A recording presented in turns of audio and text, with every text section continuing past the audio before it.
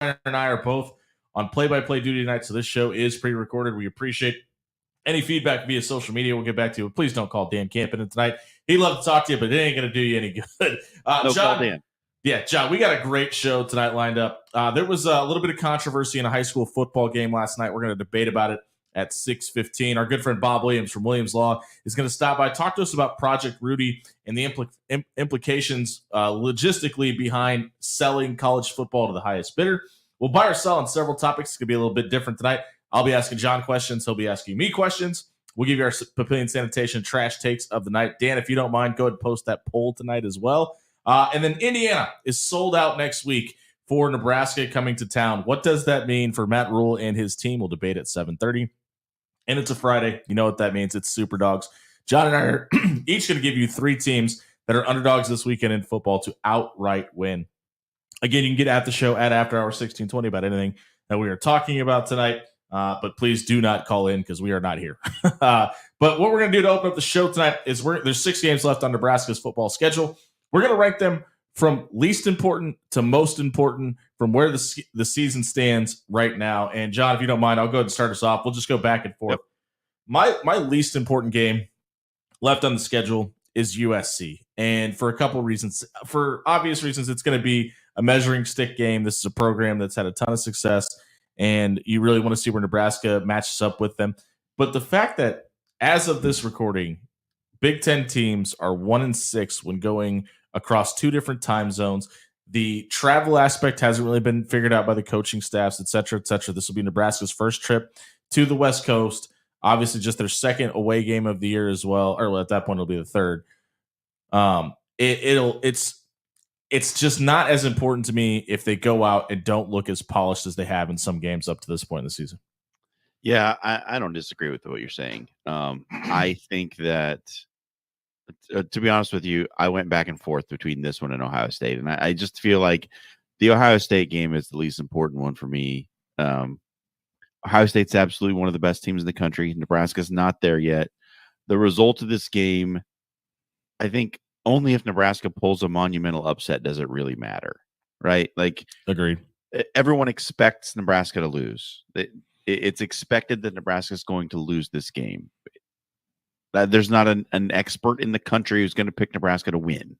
So it just, it's a foregone conclusion at this point. It would be great if they win and pull the huge upset and get that victory. But right now, it doesn't look like Nebraska's in position or ready to be that kind of team that challenges Ohio State at the top of the conference. So, yeah, it's like the result, it was never factored into the win total anyway. So, and the reason I don't have it as the least important game, it's my second most least important game, is because how they respond to this game is going to be important. Obviously, like you said, if they come out and win, it's the most important game on the schedule. But if they don't, and we've seen Nebraska teams go out to Columbus, Ohio, and get absolutely drubbed, and then never respond again for the rest of the season.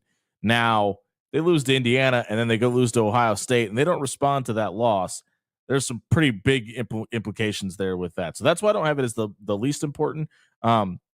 But also, we've seen some Nebraska teams, specifically under Scott Frost, go out to Columbus and be able to be competitive, and it looks like it ignites a spark underneath them too. And it could be a big turnaround point, especially if they lose to Indiana and they are competitive against Ohio State. So that's why I think it could have some positive reinforcements behind it as well. And that was your second. That's my second, yeah. And I have USC, so we just have ours flipped here. Yeah, and the other thing about USC, like, it doesn't really feel like that big of a deal if they win either, right? Like, it's like if they beat Ohio State, it's monumental. If they beat USC, it's like, okay, so did Minnesota. It's very weird. The shine is off USC. The reason I would put it a little bit more important is just for the simple fact that I think Nebraska has a more realistic shot to win the game. True. Right? Yeah. So it could factor into the win total. Yeah, that week is going to have a really weird feel to it because on paper, Nebraska versus USC in the Coliseum should feel like a big fight feel. And I don't think it's going to. No, I don't think so either. My third least important game is Wisconsin. And I know this is probably going to be a little bit low for some people, but this game is in Lincoln. Nebraska will likely be favored in this game. Wisconsin's probably going to be coming off a giant loss to Oregon the week before. And it the season may be over for Wisconsin at this point. I know everybody wants to beat Wisconsin. The monkey Nebraska hasn't been able to get off their back. I've been on record of saying that's the team I hate the most in the Big Ten. But this version of Wisconsin and what Luke Fickell is still trying to build out there doesn't feel like that formidable of a foe. And I think in some cases, Nebraska could absolutely dominate that game. Yeah, well, I don't. Nebraska doesn't dominate games, Jimmy. That's not the team that we are watching this year. Did you miss the Colorado game? Did you miss any of the other games? Yeah. Hey, they dominated Northern Iowa. and UTEP. No, I have Wisconsin in the same spot here. Wow. Okay. I thought we were going to be disagreeing about a lot of this. No, I have Wisconsin right there. I just this isn't the boogeyman Wisconsin from the past. This isn't that team. This isn't the we're going to line it up and run it straight at you and then wait a second, here's a jet sweep. You forgot about that. Yeah, I think that Wisconsin team. I just think everything that they do philosophy-wise is exactly what Nebraska's good at stopping. And that's why I think there's a chance for Nebraska to go out there and maybe win that game by multiple scores, if I'm being honest.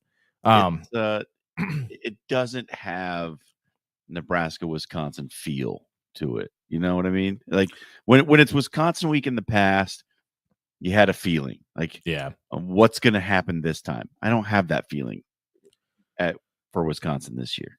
The top three most important games. My number 3 is Iowa. It's a rivalry game, so it's more important than the previous games just for that reason alone. But the loss last year is still not setting right with a couple guys. You got a lot of guys that came back this year, to make it to a bowl game, but I think a lot of them also don't want to go out as losers to Iowa either. 2 years ago, you're able to get that feeling of what it's like to win that game. And it feels like a lot of those guys want that feeling back. And it's important how they close this season out too, right? I think they'll be bowl eligible by that point. But it's really important that you go out on a high note for recruiting and momentum standpoint and being able to convince guys, hey, look, what we are doing is working. How do we build on this and how do we move forward? Yeah, and that's why I have Iowa one tick higher than you do. Okay. So for all those reasons. Sure. I think the third most important game left on the schedule is UCLA for the simple fact that you can't lose that game. Like you absolutely 100% cannot afford to lose to UCLA at this point. We have seen that team. They're terrible. You can't lose that game. So it becomes important just from a fact of what you must not do more than what you must do. Well, then I have your most important game as my second most important game. It's Indiana. It's the second most important game because it's the got to get to 6 game, right? If you win this game, I think this team starts playing a lot more loose. I feel a little more optimistic about what we're going to see in Columbus because if you can get there and you don't have that 5,000-pound weight on your chest of getting to bowl eligibility, walking into, we've seen this team even as recently as this year kind of give up big moments, especially against Illinois. And if you could play a little more free and not worry about the ramifications and waiting for the other shoe to fall, that's why I think this Indiana game is very important, but not necessarily at the tippy top because we don't expect them to beat Ohio State, but it becomes more of a logical thing, in my opinion, if they're able to win this game next Saturday. Yeah, and you know, you said all the things I was going to say about Iowa. It's just Iowa. It's Nebraska, Iowa. There's so much smack talk that goes back and forth between the two fan bases. Iowa's owned the series since Nebraska joined the Big Ten. And now that it's the Matt Rule regime, and you know, he's said all these glowing things about taking things from the way Iowa plays defense and how they manage the Big Ten and the weather and all that. How they flip the coin. Yep. Yeah. So it's an important game. Like this is the Black Friday game. The Black Friday game historically for Nebraska has been the most important game against the biggest rival, right? Like it was Oklahoma for a long time. It was Colorado for a while. And when the Big 12 came and we couldn't play Oklahoma every year, it was Colorado. And now it's Iowa in the Big 10, and it's been that way. Outside of the one stupid year when they made us play Wisconsin. So it's Iowa. It's just Iowa. That's an important game. The way next year's schedule lines up, if they keep the schedule the exact same, there's a lot of people that think it's going to change. They have UCLA as the final game of the season out in the Rose Bowl in Pasadena. Would you hate that being the Black Friday game?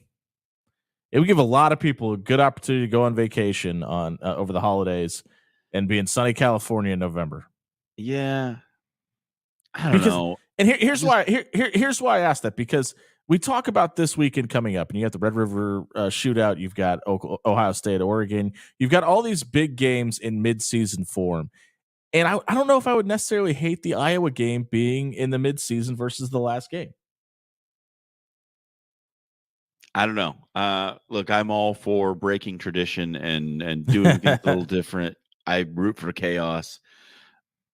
I don't know. UCLA on Black Friday doesn't feel right though. For some reason, it's just like, no, no, we have no rivalry with that team. That's not who we play on Black Friday. Well, I say that to say this: UCLA is the most important game left on the schedule for Because this you can't reason. lose. Because you can absolutely not lose this game. It feels like the last real gimme game on the schedule. They have been a tire fire, and that's being polite about it. And for that reason, to avoid any major setback, you cannot lose that game. Yeah, and I think Indiana is the most important bias, but they're ranked in the top 20 and they're undefeated and they have a coach who likes Have to a top talk. 5 offense. So it's right now, right? Yeah. Like this is one you had penciled in as a win at the beginning of the season, and now it looks like a much bigger task. I think Matt and Lincoln would agree with you too, by the way. You already dropped a game to a school that starts with I, which you were not expecting to, ranked in the top 25. So this is a real big spot. This is a big response on the road. Got to get it spot. I think Indiana is absolutely the most important game left on the schedule. That's what we think is the most important games left on the schedule, and let us know how you would rank them. Check it out at soundcloud.com/after hours. 1620 was brought to you by our friend Amber Best with Berkshire Hathaway Real Estate. If you're looking for your forever home, look no further than amberbest.com. That's Amber, BESS.com. She's got a couple of listings out there. If you want to check out the houses she has available, check out amberbest.com and work with the best today. We'll be right back. Going over a little bit of high school football, exactly what happened last night at Millard South, and a whole lot more as the After Hours Lounge rolls on a Friday night here on 1620 The Zone. Hey, everybody, it's John here for Jerry Ryan Clothing and Sportswear. You know, you guys did such a great job responding to our calls to go and get your Husker gear. Jerry Ryan sold out of all of their Husker gear. They had to get a new shipment in, which is in now. You can still go get it for the second half of the fall season. They've got your Creighton gear if you need that too, in all the great brands. Mizzen and Main, Johnny O, Peter Millar. You're going to look great. You're going to feel great. You're going to love all the gear from your favorite sports team at Jerry Ryan Clothing and Sportswear. And if you got one of those fall weddings coming up, you need to get your suit game right. They're going to be the best fitting experience in the Midwest. Check them out at 78th and Dodge, Jerry Ryan Clothing and Sportswear, dressing Omaha for over 50 years.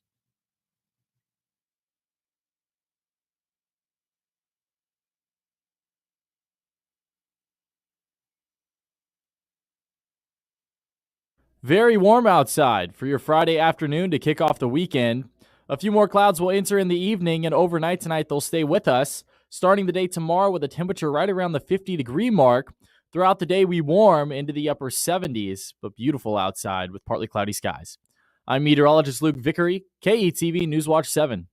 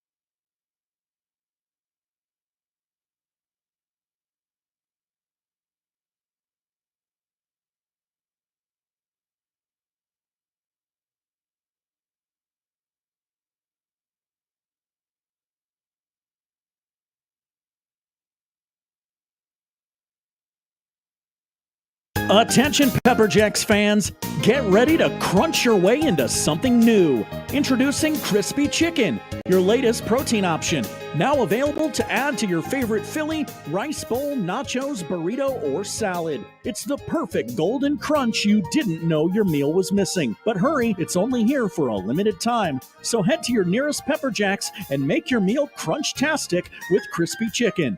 Available now at all locations. Get it while it's hot.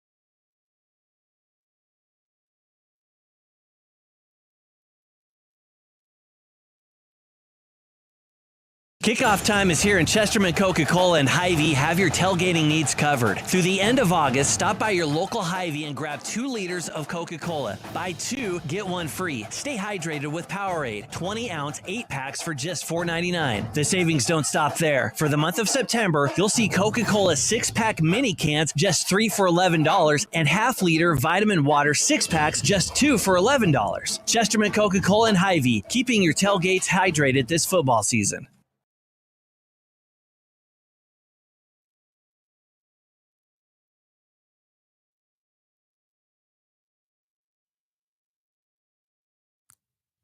Welcome back to another Friday night edition of the After Hours Lounge, brought to you by Bellevue University. You're going to start to see a whole bunch of coaches cycling in and out of the After Hours Lounge over the next couple months, talking about the different sports that they coach and how you could become a Bruin and the benefits of attending a local college at the NAI level. If you are looking for if you're looking to continue your athletic career after high school, check out Bellevue University and all the different programs that they have available. It's time for the Who Wants to Smoke segment. And I listed it in the lineup as Lincoln High, and they forfeited at halftime last night to Millard South in football. And I think I want to change that because I think it's NSAA rulings that actually want the smoke, not necessarily Lincoln High. I've been an advocate for a long time about this, and John, I don't think you and I have ever had this discussion. I don't know if the way it's always been done as far as classing is the way it needs to continue to be done. I don't know if overall enrollment should be the end all be all for where you end up as a school in classification, whether it be class A, class B, etc. Because I think if you look at certain schools, like let's take Omaha South for an example, or even Omaha Bryan, you're going to see large enrollments at that school, but their football teams may be half the size of some of the schools that they double their enrollment in. But their soccer teams belong in that classification. I think the NSAA as a whole, and maybe even the coaches, need to get together and say, okay, we need to look at this on a year-by-year basis by numbers we're expecting to benefit the kids. Now, there's a lot of reasons that last night went the way it did between Millard South and Lincoln High. And Millard South is one of the best teams in the entire Midwest, not even just the state of Nebraska. But the reason that was given by Lincoln High head coach, according to Chris Basnett from the Lincoln Journal-Star, Lincoln High head coach Mark Mackey last night told his AD Pat Getzmeyer, I don't have the bodies, and I'm not going to let them put 100 on us. Everybody was on good terms, and they all understood. And that comes from the head coach at Lincoln High, Mark Mackey, basically saying, hey, listen, we not only do we not have the skill set to keep up with this team, we don't have enough healthy guys, and putting them out there in this situation is probably going to get more guys hurt. So I don't fault Lincoln High at all for doing this. But the negative ramification is, and Stu Pospisil pointed this out on Twitter, is that technically the NSA could fine Lincoln High for forfeiting that second half and not playing the second game. Now, when Mark Mackey comes out and says, hey, everybody was on the same page, that's not going to happen, obviously. And I'm glad Chris Bazinet was able to give us that clarification that the Patriots sideline was okay with them not coming out for the second half as well. But it feels like this. I think for a long time, people have been waiting for this moment to happen to start changing this discussion. I think right now is the time to do that. Yeah. I mean, is it as simple as a promotion relegation system? And it could be. Where your two state finalists from a class bump up for the next 2-year cycle? And I think the only drawback you'll get to see, because I don't think it can be that simple, because listen, there's no red shirts in high school, right? You're getting new players new players every 4 years. So I think it's a discussion that needs to be had with a year by year basis. And I don't think it can be as simple as, hey, the top two finalists are the ones that need to move up, or the bottom two are the ones that need to move down. I think it needs to be self-reflection by coaching staffs too, and maybe their peers, and a discussion amongst them. Because obviously, if you're leaving it up to self-evaluation, everybody always inflates and deflates that to their benefit, right? So I think it's a discussion, maybe even a roundtable of the head coaches and their athletic department. And this is where we see ourselves. Let's vote. Yeah. Is this how everybody else sees it? And leave it up to interpretation. Well, I mean, schools do have the option of playing down a class. You can play down a classification, but you're ineligible for the postseason. Right, which I don't think is fair. Why not? Because if you're able to move down and you're giving them that benefit, but you're not willing to let them play for a championship, because you're not always right. You could say, hey, we feel like we're at this point, and maybe this guy clicks and that guy clicks, and we can end up maybe not winning a championship, but being eligible to play in a playoff. And it's a detriment, because you're taking that ability. You're not giving the players anything to play for at that point. And I think if you're going to I don't think that should ever be done to high school kids. Here's my counter argument. If you have a situation where you're considering playing down a classification, you're probably not in the hunt for the postseason in the first place. Yeah, but you're telling your kids they're not good enough. Well, I mean, sometimes facts are facts, right? Like sometimes, like, do you like Lincoln High last night? Tell me if I'm way run them down. They were down 63-0 at halftime, Jimmy. They're not good enough. Tell me if I'm way, but you don't think a team that can lose 63-0 to the best team in the state, and just hypothetically, could be good enough to grab the 8th seed in the playoffs? You don't think that could happen in Class A? Class A, Class B. Well, let's say Class B, because obviously if we're talking about stepping down to Class A is the top, and nobody's going to be in that conversation. But you don't think they could be the 8th seed in Class B? I don't know. I mean, see what I mean? And tell me if I'm way off base here, because this is my thinking.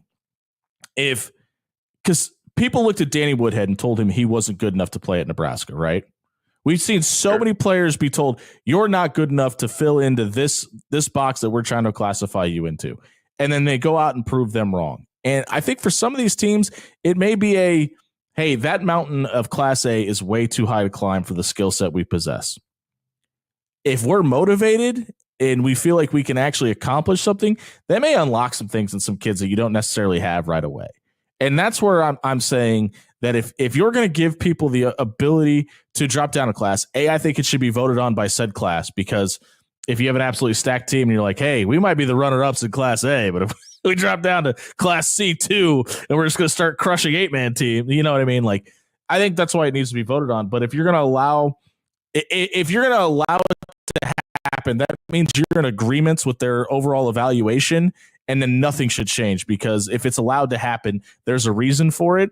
And taking the ability away to give young men something to chase and build towards, to me, is an absolute detriment to everybody involved. Yeah, but that's the thing, is what you just pointed out. That rule is in place to avoid abuse of teams who, like, hey, we're maybe the third best team in A, so we're going to drop to B and just win the title, right? That's what it's to avoid. I don't like the way it's set up now, because I think it should be a vote. I don't think it should be up to only interpretation, because again, your self-evaluation can be incorrect, and the teams in which you're going to play against may not agree with your assessment either. And that's why I think it should be voted on. And if you're allowing it to happen, everything should be on the table because that means you're in agreements. Yeah, it's a tricky situation, especially with high school kids. Now, the situation with Lincoln High last night, I'm always someone who's like, you play it to the end, right? It doesn't matter how bad you're getting your teeth kicked in. You fight to the finish. See, and I agree with that as well. But if it literally came down, if Mark Mackey was being 100% honest and it came down to he was worried about the health of his players, then I understand. And like the other thing is him saying, I'm not going to have them put 100 on us. And that's why I put the asterisks on it. Like the first part, I'm totally fine with. Like we don't have the kids. We don't have the bodies. We don't have players who can play varsity football. And that's fine. Some of that is out of your control because you can only, in high school, you can only send the kids out there that attend your institution, right? Like, it's like they don't go to our school. We can't coach them. We can't get them on our football team. So you only have what you have. I understand that, and I agree 100% wholeheartedly with that. The second part, where you're concerned about a score and what it may look like, to me, saying that out loud is worse than it. Like saying that you're trying to avoid it out loud is worse than actually having it happen. Right. And I mean, when you give up 63 points and a half, it's pretty obvious that's apparent. It probably doesn't need to be said, and it doesn't send the best message to your locker room. I agree with you. I don't have Lincoln High's injury report in front of me, so I don't want to sit here. I don't want to sit here and sound like, well, I know this guy's got a bad knee and you got a hip here and there's a hamstring here and da da da da. But if it's one of those things that you have guys coming in and they are just so physically outmatched, it is a detriment to their health. I'm fine with that decision. If your pride is the only thing that's on the injury report and you don't want that triple digit up there, I got nothing for you.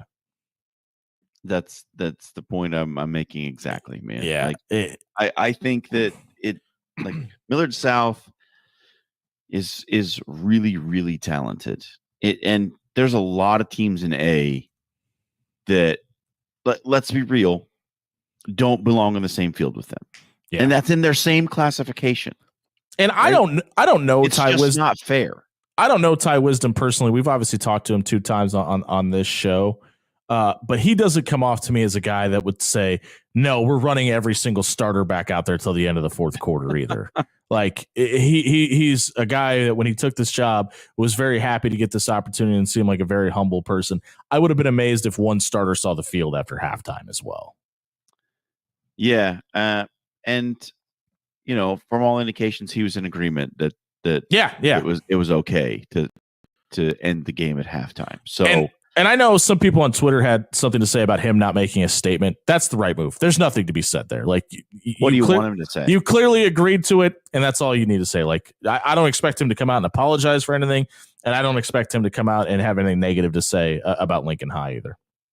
Certainly not. No, it's look, it's a tough situation, man. Like, but this is high school sports. You will see the greatest disparity of any sporting organization in the world. Like you just will.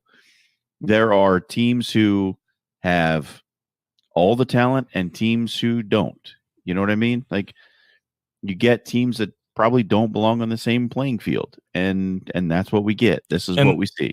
The beauty is it could change every 4 years. Hey, if you want to hear me and John fix all of high school sports problems, you can listen to it at soundcloud.com/afterhours1620. It was brought to you by Controlled Comfort Heating and Air, and it's fall.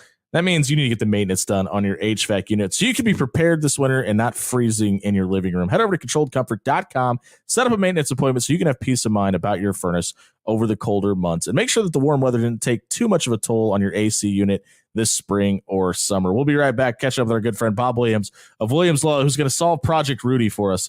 On the other side of the break, we come back. You got 1620 The Zone. Hey, everybody, it's Jimmy Allen here for Bob Williams of Williams Law. You're about to hear Bob break down some legal issues in the sporting world facing the biggest members of conferences around college football. You don't have to be a large entity to work with a lawyer of the caliber of Bob Williams. All you have to do is head over to WilliamsLawLLC.com tonight. Whether you're facing criminal or civil litigation, Bob and his team can help you with all that. How are they going to do that? They're going to give you a free, no obligation legal consultation by heading over to WilliamsLawLLC.com. Bob and his team will explain the rights to you, walk you through the process, and explain how they're going to defend you when you get to court. Head over to WilliamsLawLLC.com and book that free, no obligation legal consultation tonight.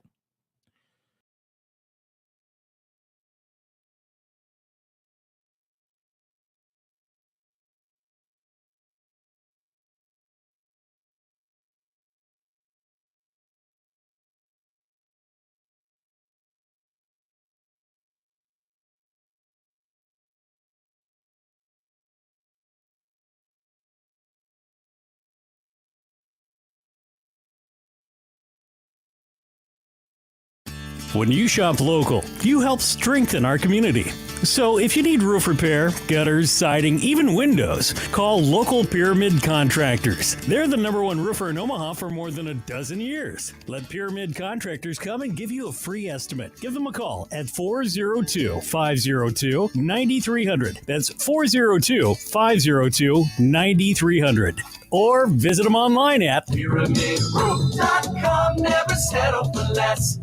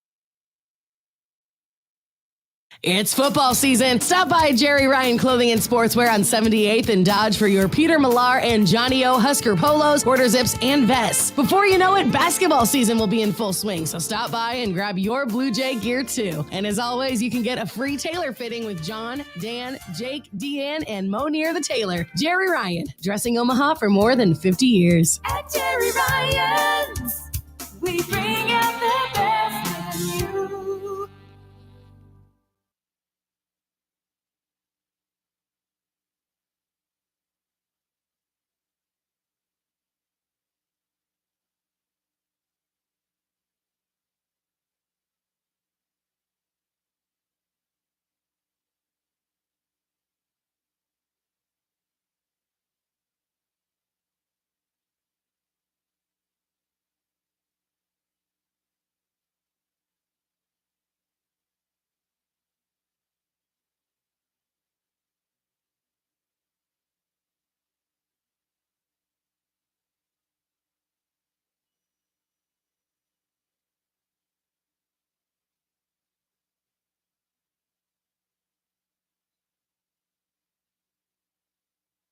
Welcome back on a Friday night here on 1620 The Zone, brought to you by Bellevue University. Head over to bellevue.edu. You can register for classes and become a Bruin as early as this winter at Bellevue University. You don't even have to go to classes on a Friday night. On a Friday, you can have 4 days on, 3 days off. It's a great system. Head over to bellevue.edu and register for classes tonight. Bob Williams of Williams Law joins us here on After Hours. Bob, good to see you, sir. Hey, great to be back with you guys. We got a lot. We got a lot to unpack because a lot's happened over the past couple of weeks. Let's start with the agreed upon settlement with the $2.78 billion in the NCAA settlement to allow athletes payments to get it got approved preliminarily. Can you explain what exactly that means? What the next step is in that lawsuit? So Judge Wilkinen, if you recall from our previous conversation 2 or 3 weeks ago, she'd asked the attorneys to tweak some language to iron out a few things, and they had done that. Now I'm not privy to what pieces they ironed out, but Judge Wilkinen released an opinion a couple of days ago where she stated that in the actual logistical process that she's decided to approve this for the next step. And the next step is the 5-month, 150-day waiting period for all of the notice to go out to any of the potential class members for their participation, anybody that might be potentially receiving funds from the settlement. They have a 150-day, 5-month window to get those people reeled in so they can actually get their money. And the final hearing date is set for I just saw this, the basketball NC2A national championship Monday is April 7th. I saw that. That's not by coincidence either. That's by the end of a sporting calendar for a reason. Absolutely.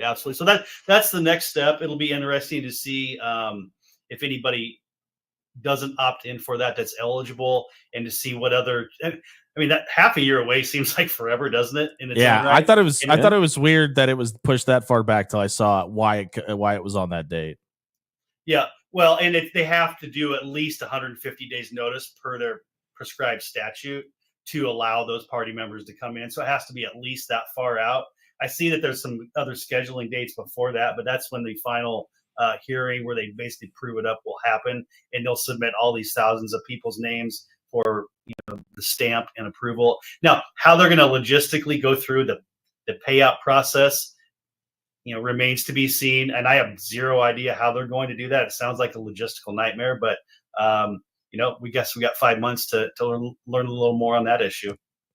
I'm just wondering, because there was the story also that came out about a different law firm who was filing paperwork that said that the settlement was too low, and I didn't understand that.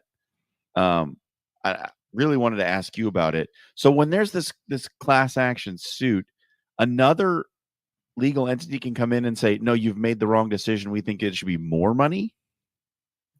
I'm not sure which firm it was or what their legal basis was, but yes, there can be third parties. If there's an issue, and we see this with constitutional issues, we write these things called amicus briefs, where basically if there's an issue before a higher court that could affect a substantial part of the public, third parties can come in and exercise a request to give their opinion on this, because it may affect their, I guess we'll call them constituents or people that they're representing. And so that doesn't surprise me on such a with the level of notoriety of the situation, that would be something that they'd probably been many more than that have not been made notable in the news.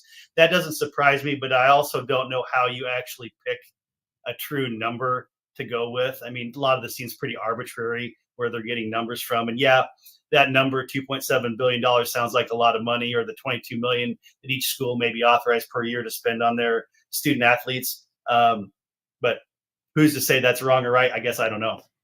We also saw the abolishment of national letters of intent too over the past couple of days. How much do you think the agreement to this lawsuit was a caveat for them getting rid of national letters of intent and putting revenue sharing into full effect?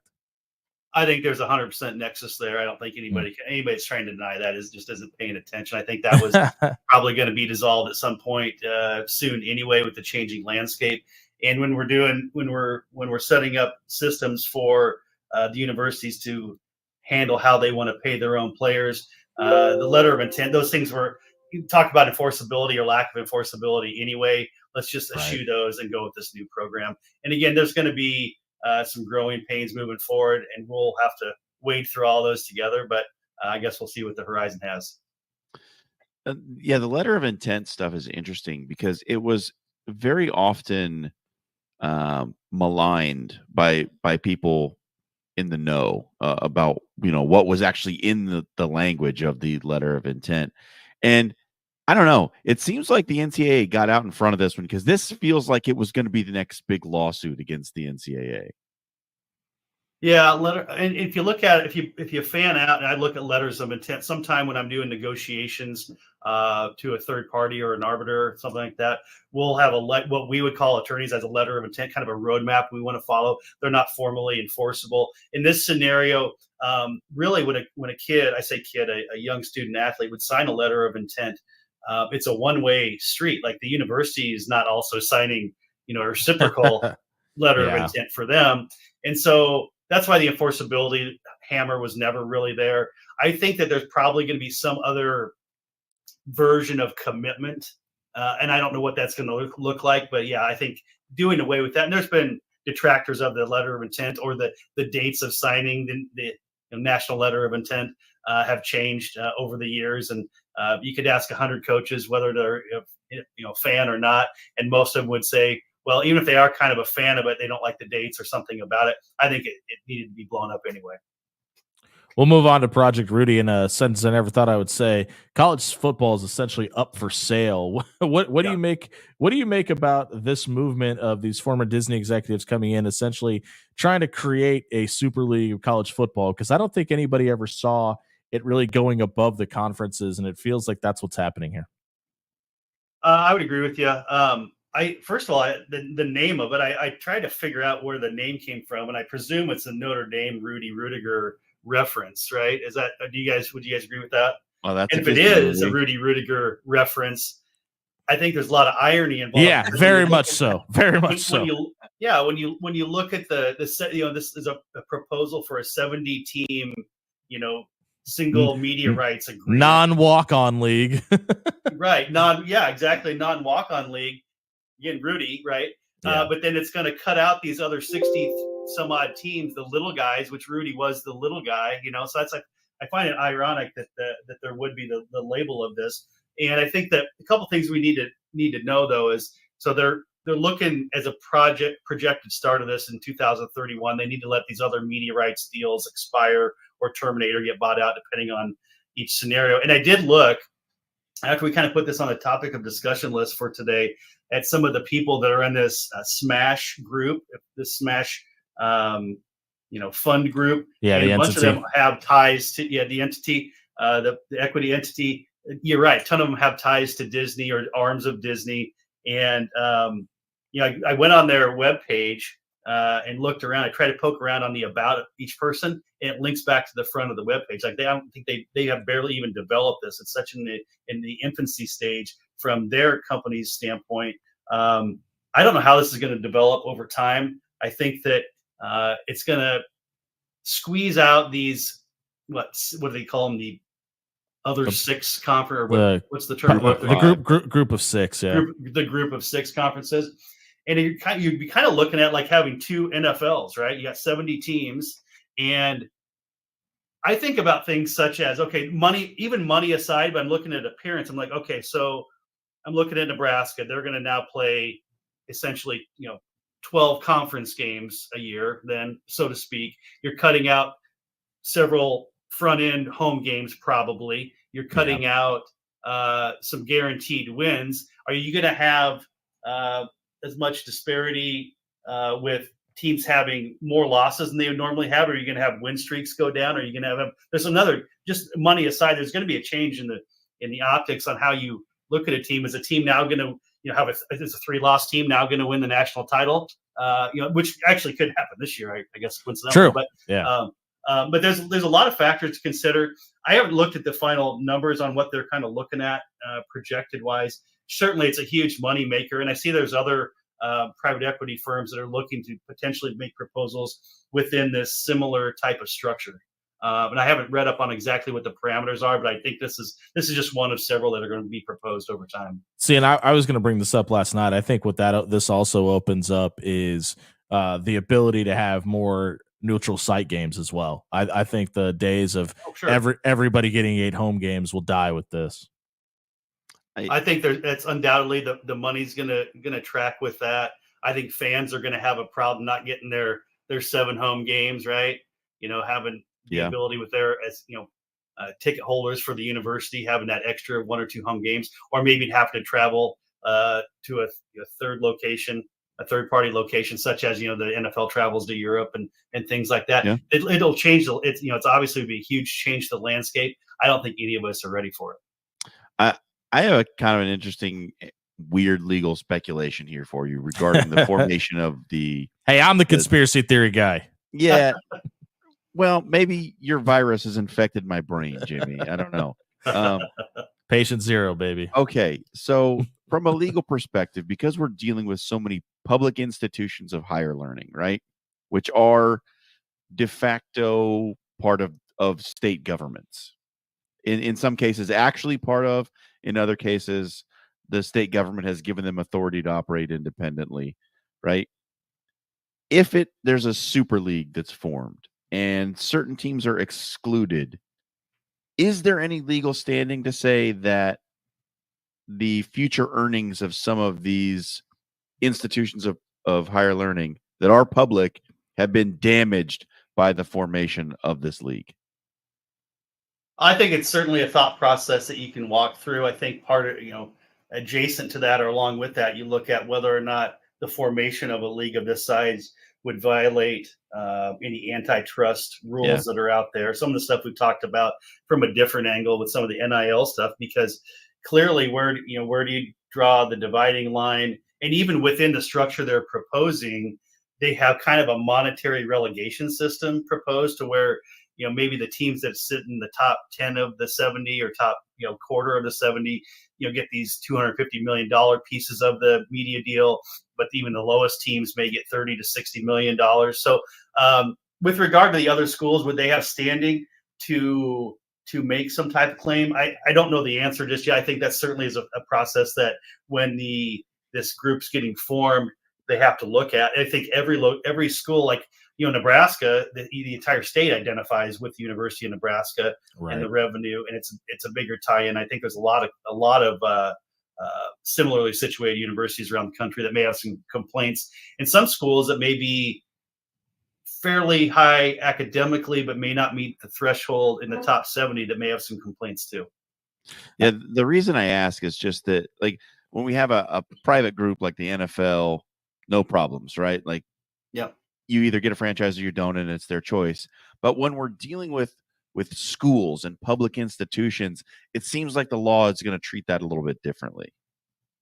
Well, and I think it will. I don't know what safeguards are in place other than the antitrust currently, or other, agreements among universities within conferences. Because I guess I don't know, are they talking, is part of this that they're going to actually dissolve, at least on the football level, dissolve conference affiliation, or are they going to suck in?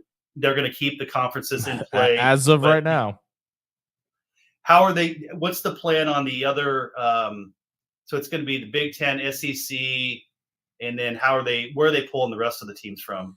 I believe those will be dissolved, but as of right now, the meeting was between the Big Ten and the SEC to start these conversations. Man, I don't know, John. You ask a good question. I don't have a fantastic answer for you, but I think there could be some claims there where you're screaming out, "This is totally unfair. This is out of whack." First and foremost, we're a public education university. Yeah.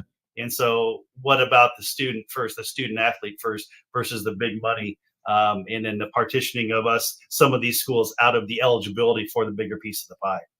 Agreed. Yeah, it's all going to get wild. There's nothing that's not wild about any of this, the NIL or this. I mean, it's like you flip on ESPN, you're like, oh my gosh, another change that involves money, right? Yep. Welcome to college football, where nothing makes sense anymore. Hey, Bob, we appreciate your time. We'll catch up with you next week. Thanks for being here. If you missed Bob's segment tonight, check it out at soundcloud.com/afterhours1620. It was brought to you by our friends at Cunningham's Pub.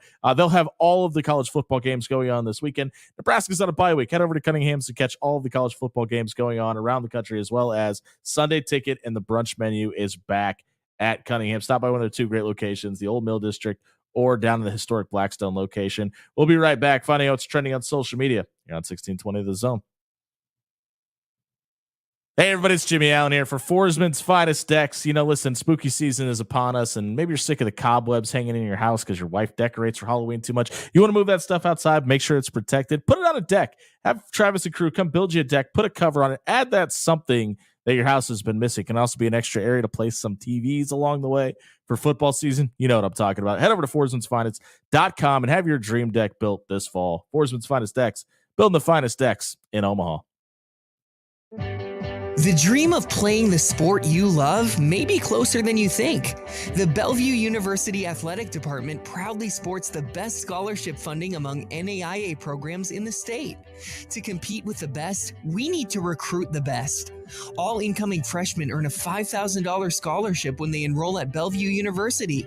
Learn more by looking us up at BUBruins.com and reach out to your future coach today.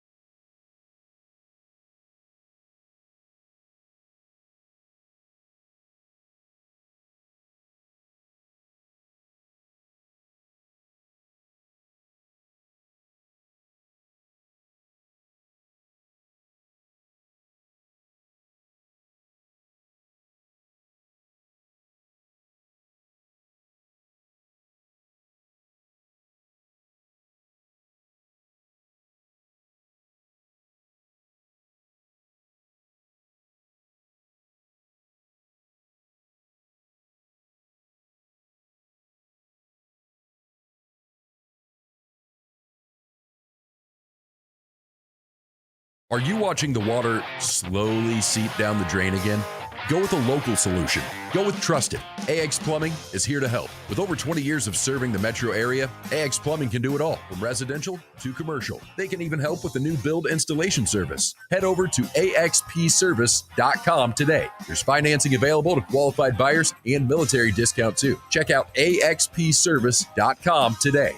AX Plumbing. They'll leave your place cleaner than they found it.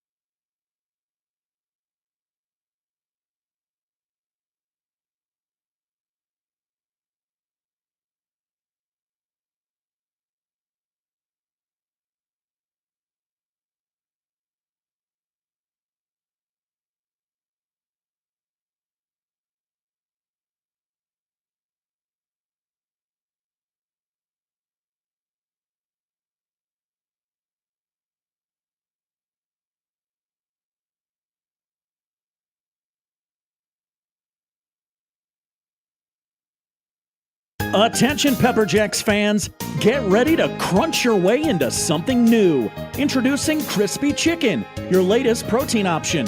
Now available to add to your favorite Philly, rice bowl, nachos, burrito, or salad. It's the perfect golden crunch you didn't know your meal was missing. But hurry, it's only here for a limited time. So head to your nearest Pepper Jacks and make your meal crunch-tastic with Crispy Chicken. Available now at all locations. Get it while it's hot.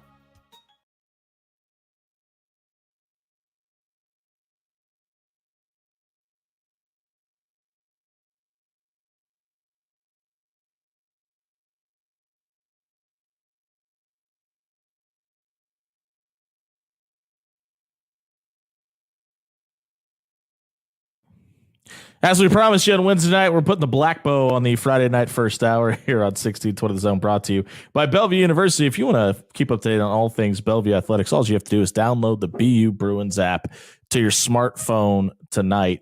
It is time for the social media soundbite where we find out what's trending on social media. John, I don't know if you know this, the best football team in all of America, the San Francisco 49ers, got a big win last night. But it was without a little bit of a controversy, and tonight's social media soundbite comes from the Thursday night football game last night. The ruling on the field stands as called. It'll be Seattle ball, first down and 10. Timer, please reset the game clock. 14 minutes and 51 seconds. Thank you. Terry McCauley, this is as close as it gets. What did you see? Yeah, Al, we've seen two different angles where it's pretty clear it hits the finger of the receiving team player, and then there's a clear recovery by San Francisco. I believe this should have been reversed to San Francisco's football. But it was not. And that's the social media soundbite. Obviously, San Francisco gets a win last night despite that missed call. But my question, John, is, listen, I have been adamant that I disagree about 99% of the time with the, quote, rules experts that they have on these shows. But Terry McAuley is one of the guys that often gets it more right than wrong. But that was pretty clear to me. And I don't know what the officiating / people in New York could have seen that would have not watched an entire digit of a hand move from the touching of a football. But it feels like this year, even across the college game, the reviews have gotten more wrong than right up until this point in the season. Now it's still the halfway point, and you can make of that what you want. Human element is still into it, but it really feels like something maybe needs to change. Maybe the people making the decisions or reviewing need to be rotated in and out or what have you with these decision makings. So it's even worse than that, Jimmy, because we got a little peek behind the curtain on this one. There's some reporting out there today, and Terry McAuley says it later in the game.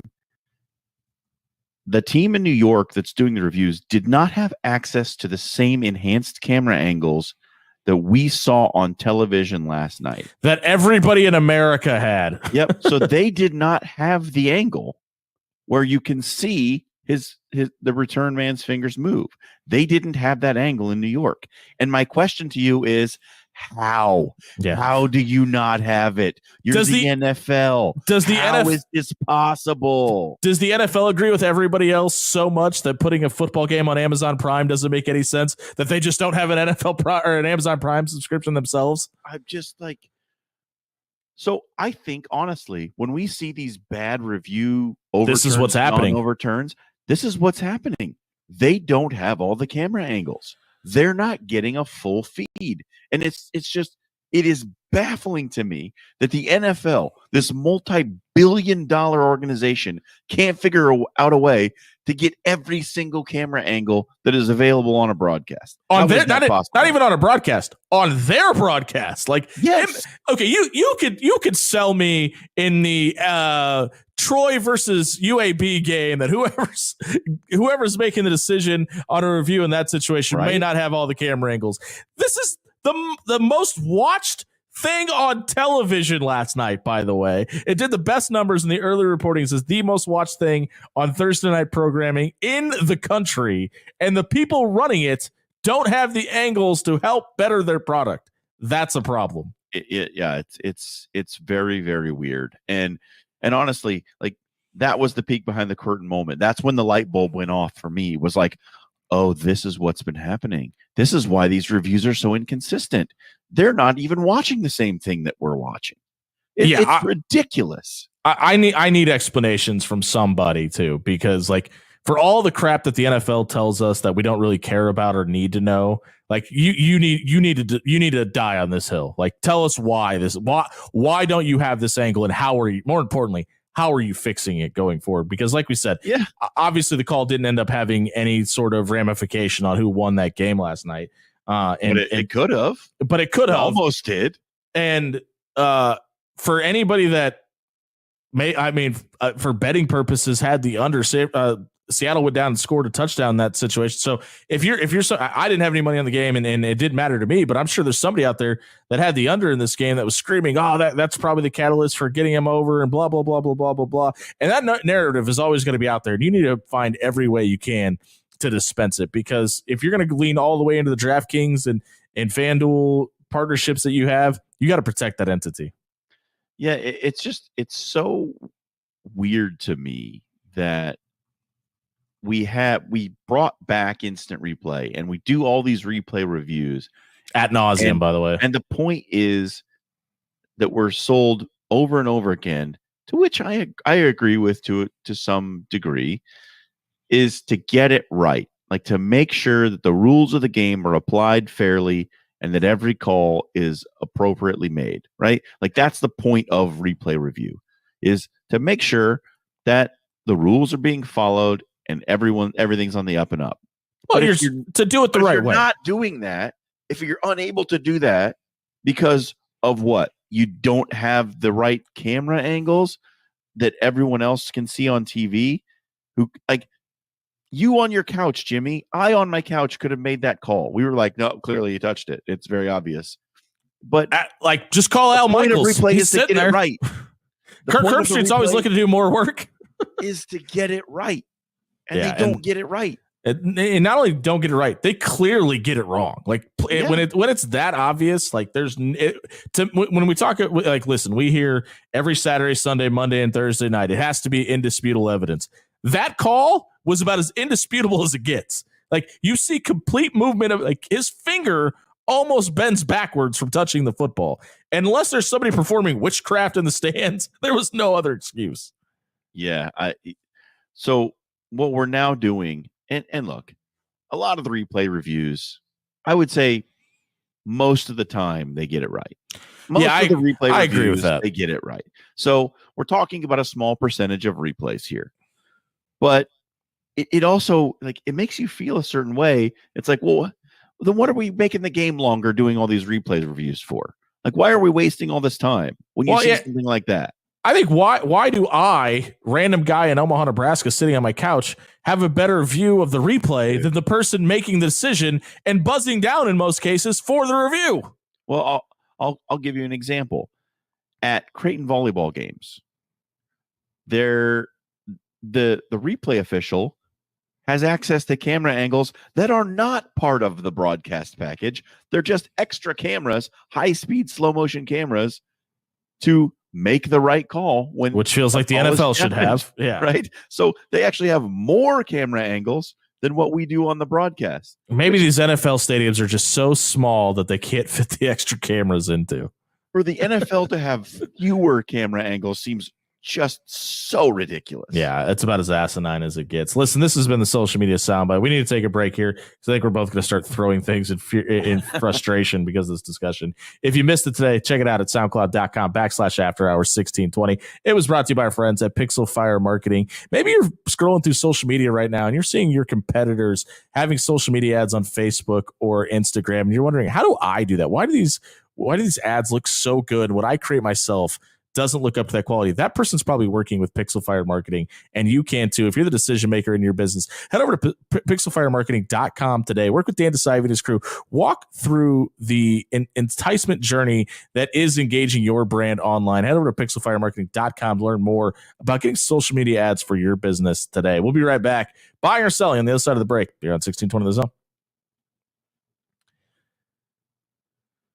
Hey, everybody, it's Jimmy Allen here for AX Plumbing. Like, I've been telling you about Nick Betts and his team for a while now, and they've saved my hide twice in the last 3 months. I have a 3-year-old that was like, let's play the how much can we flush down the toilet game, and Nick and his crew was able to come out and get our plumbing fixed long term. They also saved us from some tree root issues along the way. Also, our rubber seal on our toilet just broke the other day. Nick and his team were able to come up, get our toilet off the ground, and get the new rubber seal put in and back on its centerpiece as well. We haven't had a plumbing problem since. And if you want to have peace of mind about your plumbing, head over to axpservice.com tonight. There's a discount for current and former military members. There's also even financing available if you're stuck in a sticky situation. Head over to axpservice.com and work with AX Plumbing, which is locally owned and operated tonight.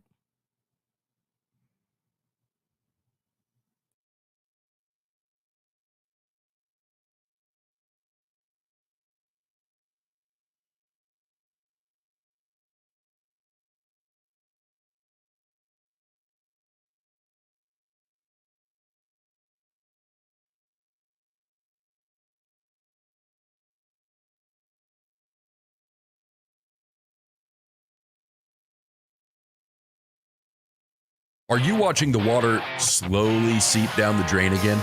Go with a local solution. Go with Trusted. AX Plumbing is here to help. With over 20 years of serving the metro area, AX Plumbing can do it all, from residential to commercial. They can even help with the new build installation service. Head over to axpservice.com today. There's financing available to qualified buyers and military discount too. Check out axpservice.com today. AX Plumbing. They'll leave your place cleaner than they found it.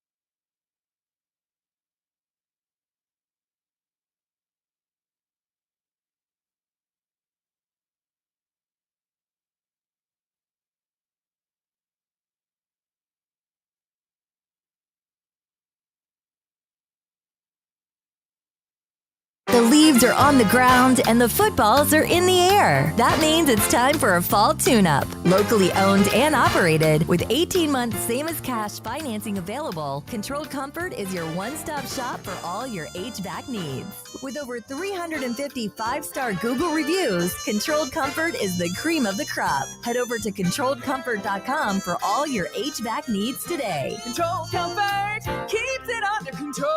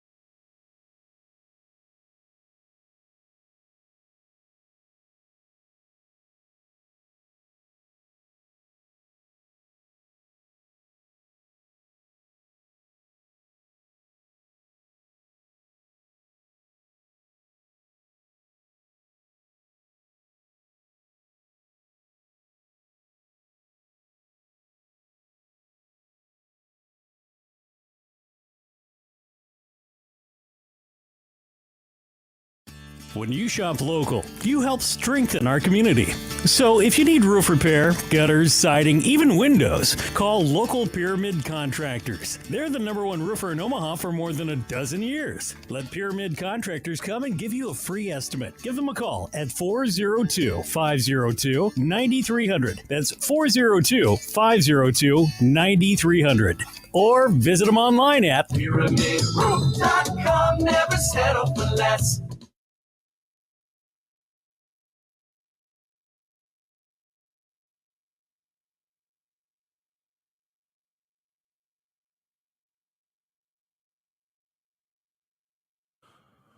Top of the second hour here on 1620 The Zone, brought to you by Pyramid Contractors. Listen, I had lunch with Kyle and the crew today. They are so busy. Their schedule is so packed. But when you are as successful as Pyramid Contractors is, they have enough teams available. They could fit you into their busy schedule as well. If you've been affected by the seasonal storms, or maybe you're trying to be preventative before the winter months get here, head over to pyramidroof.com and book a free estimate today. It's time for Buy or Sell. We're on a little bit of an ad-lib basis tonight as Dan Campinen is the silent partner back in the studio as John and I are pre-recording this. We're going to ask each other questions tonight. And John, I will start us off. I think the most underrated story of college football all offseason, maybe up until this point, is the fact that Ohio State finished 52nd in scoring offense a year ago. Now, listen, Kyle McCord was in this offense. They've added a run game threat in their quarterback, which Brian Day likes to do. But they also hired Chip Kelly. And through 6 games, Ohio State is the 4th highest ranked scoring offense in the country. Buy or sell that Chip Kelly was the most underrated hire in all of college football in the offseason? I'm selling simply because I think it was properly rated. I think people knew that you get Chip Kelly with Ohio State's talent, good things were probably going to happen. The problems for Chip Kelly usually happen when he's in charge, right? Like him being at the top of the food chain, except like Oregon. I was going to say, I don't know. I think there were bigger problems at UCLA than Chip Kelly being in charge. Sure. But when he was in the NFL, it was a problem. As a 49ers fan, that I agree with. Yeah. And so him going back to being an OC, I think everyone was just like, oh, this is perfect. This is going to work out great. Yeah, I just don't think it's been talked about enough. Like it's been talked about quite a bit. To your point, I think it. I don't think he's the offensive coordinator in Columbus next year. I think he's going to take another head coaching job after this season, and this is obviously giving him enough sure footing to go, see what I can do. But Florida State's going to be looking for a coach. Maybe Florida's going to be looking for a coach. Yeah, which honestly, I think his system in Gainesville would be perfect. I think it's the type of football Florida fans can relate to, etc. I think if Ohio State does end up winning the national championship, and I've been pretty adamant that I think that's going to happen since before the season started, I think they're the most talented team. Ryan Day, despite what people think around the Michigan game, is probably one of the top 10 coaches in America in that system, in my opinion. And I think they're going to win the national title. And Chip Kelly being in that program and at the top of that offense, I think it's going to be a lot of the reason why. Yeah, it's been a lot of fun to watch. That's for sure. It won't be in about 3 weeks, but it's been a fun up until this point. We go over to the slide heard round the Bronx, Jimmy. Your Yankees closed out the Royals last my night. Man. And Jazz Chisholm says Michael Garcia is a sore loser, and he tried to injure Anthony Volpe sliding into second.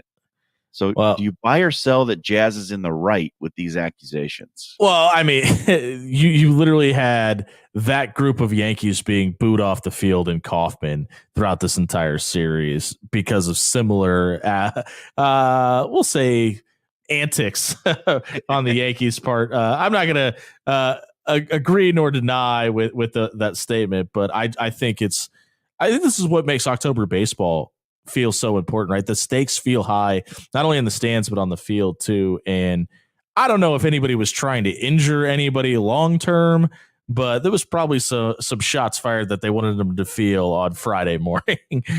Which, hey, listen, I don't have a problem. Like if this was Padres Dodgers, I don't think I would have a problem with it. And if the guys on the field care about it more, I'm going to care about it more as a fan. And I think this is why a lot of people sometimes fall out of love with baseball, because in the long marathon that is the regular season, you don't get this feeling about baseball games because of the grind that it has to be. And then this is why people fall back in love with baseball when the calendar flips to October, because you can see the passion that this game is supposed to be played with. Yeah, it's just interesting what always happens at the end of a series, right? Like it always seems like at the end of a baseball series, there's bad blood. And at the end of a hockey series, they shake hands after they've beaten the crap out of each other. It's amazing what happens when you can throw punches legally. Right? Yeah. It's funny. I don't know how many. Would it surprise me if those guys went out and got beers afterwards? Absolutely not. Yeah. But to me, the more impassioned and important part was how the fans reacted to Jazz Chisholm and the rest of and throughout the rest of the series, no matter where it was, right? I mean, he was being championed at home and booed on the road, and to me, that's the way it should be. Like if you're going to go to bat for your team and basically be the voice of your fan base, the fans should act accordingly too.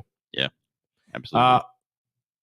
The Jets have demoted Nathaniel Hackett after they fired Robert Saleh. Off air last night, or excuse me, Wednesday, I don't think you or Dan would mind us talking about this, but the fact that we all kind of blamed Aaron Rodgers for that decision being made. On air. Did you? I couldn't remember if that was on air or off air. But buy or sell, that's the Jets firing Robert Saleh may actually have nothing to do with Aaron Rodgers after learning this information. No, I sell that totally because, look,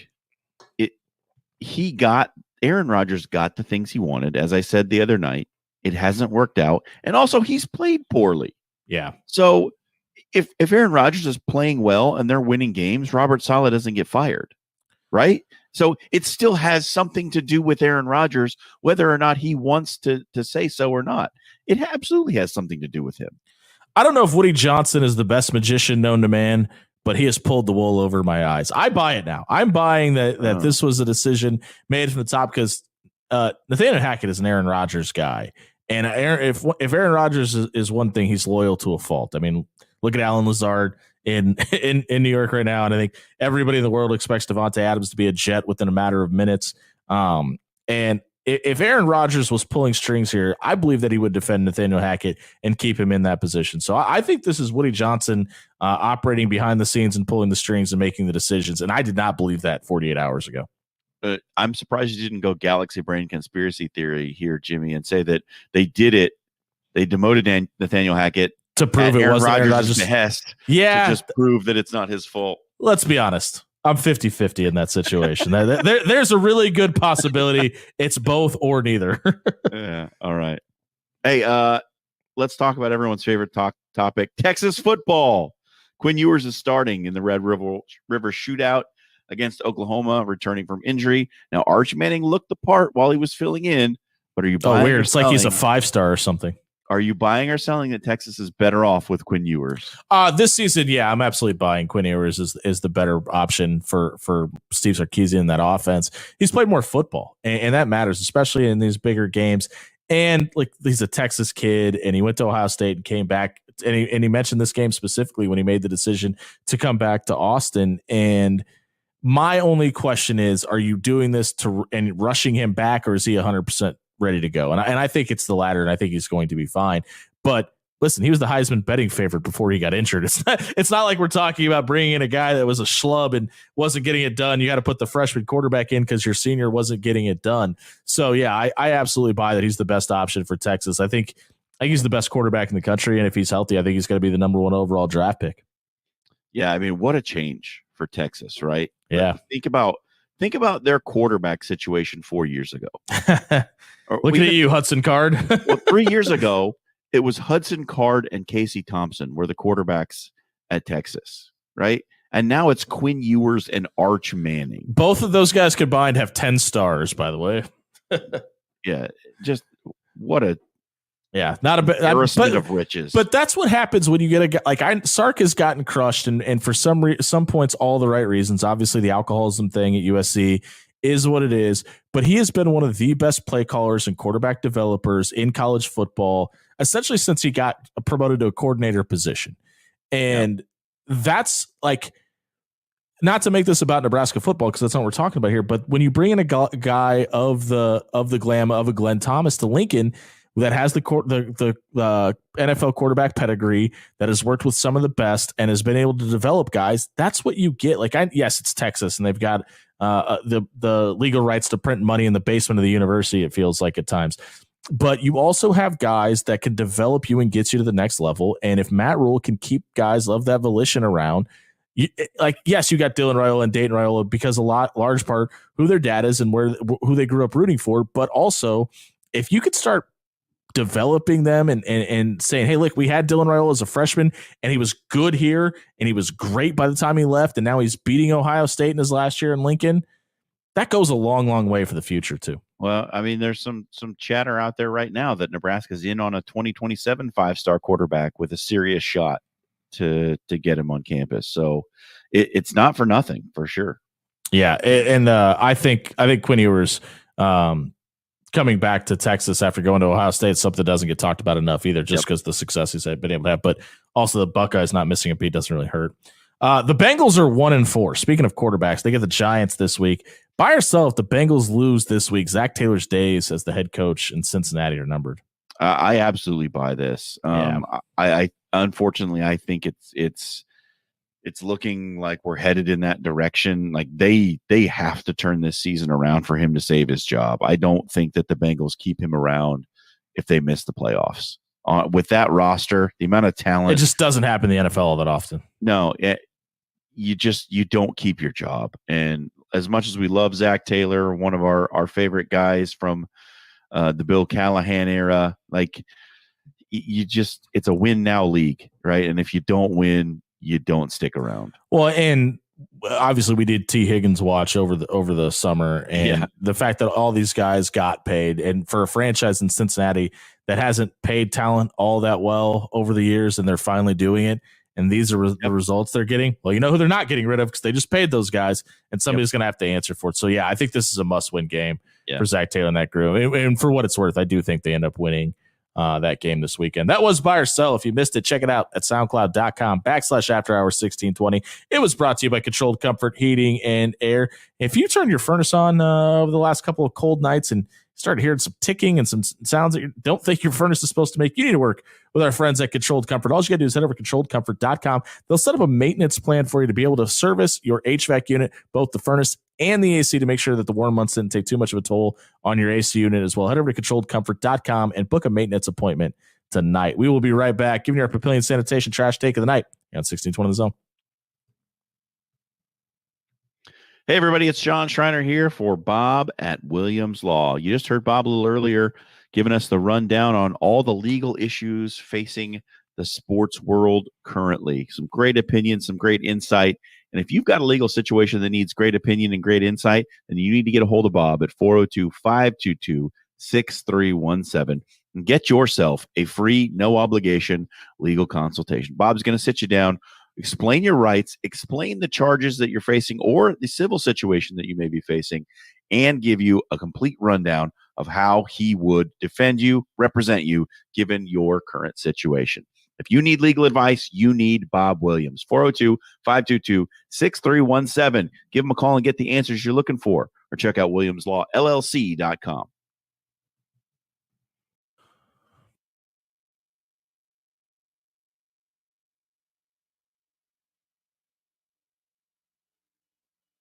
Very warm outside for your Friday afternoon to kick off the weekend. A few more clouds will enter in the evening, and overnight tonight they'll stay with us, starting the day tomorrow with a temperature right around the 50-degree mark. Throughout the day, we warm into the upper 70s, but beautiful outside with partly cloudy skies. I'm meteorologist Luke Vickery, KETV Newswatch 7.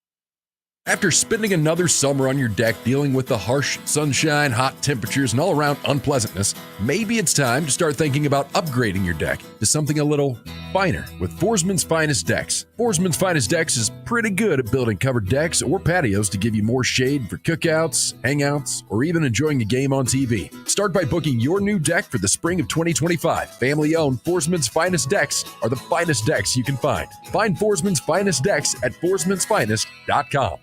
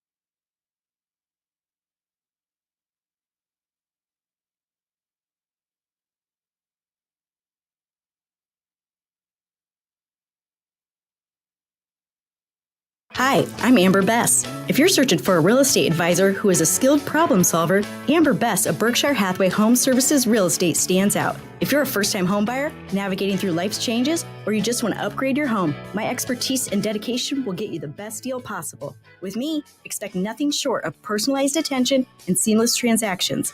Why settle for the rest when you can have the best? Visit amberbest.com. amberbest.com and buy with the best today.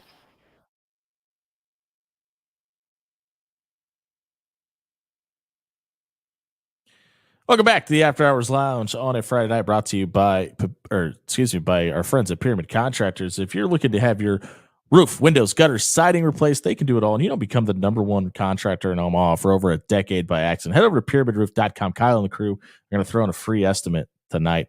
It is time for a Papillion Sanitation Trash Takes of the Night. What we'll do here is John and I are both going to give you one hot take each. We're going to put up a poll on Twitter. We're going to let you vote on it. Tell us who had the best take. Whoever gets the least amount of votes will have the trashiest take of the night. John, do you want to start? You want me to go?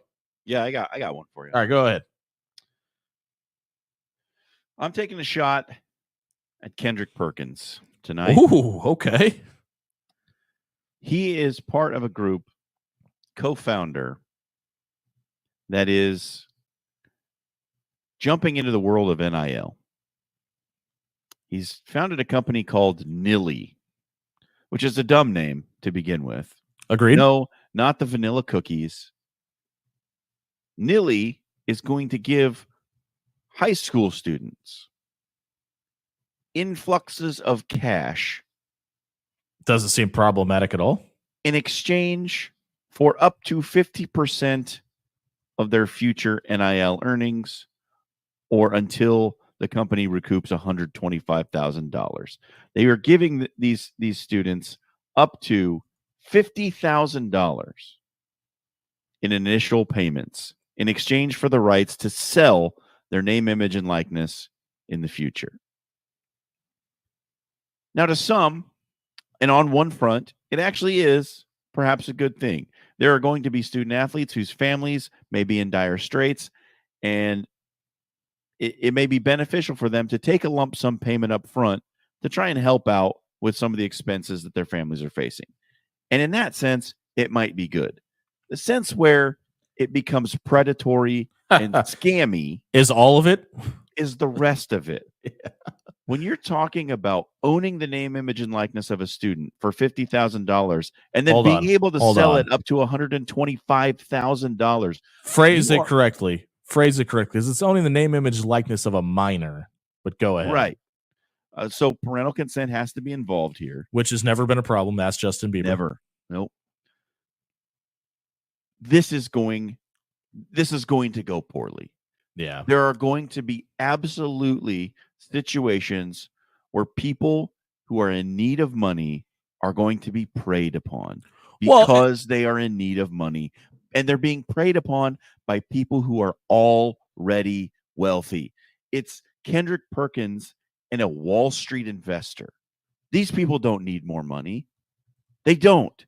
But what they know is that there's a valuable commodity out there among these young people who might be in desperate situations, and we can take advantage of that. It's gross, and it makes me sick. Yeah, Kendrick Perkins is worth $28 million, by the way. So I get how you can spin this to be a positive to what you were just saying. Like, okay, there's probably some inner city youth that probably need some help, and okay, you can donate that money. You could probably give them enough money to fix the problems they have, and it's not going to be anywhere near $125,000, by the way. Also, it's widely known that if you give an underage person more money than they've ever had in their life tenfold, it doesn't ever go off that hitch or an issue. I am okay with name, image, and likeness and paying college athletes because at some point in a college person's career, they've probably gone through financing. They've probably gone through economics in high school. Some of these kids maybe don't have even a bank account at this point. And we're giving this person six figures. Yeah. There are 18-year-olds across the country that can make six figures based on hard work and things like that. There's nobody under the age of 18, unless they're like a YouTube star or something, that is making this kind of money. And here's the question that I think needs to be asked by everybody. What happens if this kid gets hurt in his freshman year and he never plays and doesn't get the NIL money that he's supposed to by the time he leaves? Well, so they've explained that. If the player makes nothing in NIL deals over the 7 years of the contract, the company loses its investment. There's no requirement to pay it back. So that's one positive, is that the player's not actually on the hook for anything, right? Yeah. But if this kid becomes a star and is, worth a lot of money in NIL deals, then up to 50% of that goes to this company. Right, over and above what they have invested. They're probably not giving any of their money to anybody that's a 4-star or lower either. So certainly not. They're going to give their money to kids that they know are probably going to garner somewhere in the high six figures, maybe even seven figures, and they're going to get paid probably 2 to 3 times back. And listen, it's a business, and that's what they're supposed to do. But should they? I mean, business doesn't always feel good. Yeah, my good friend Jeff Goldblum once said, "You were so worried if you could, you didn't think you didn't think enough if you should." And that's what we're talking about here. Like, this is something that I watched your face grimace as you were reading this, and I feel like my stomach was churning a little bit while you were reading it, and probably all of our listeners did too. Like, this feels wrong. At some point, somebody has to step in and protect underage children. Like, that's what we're talking about here. Hello.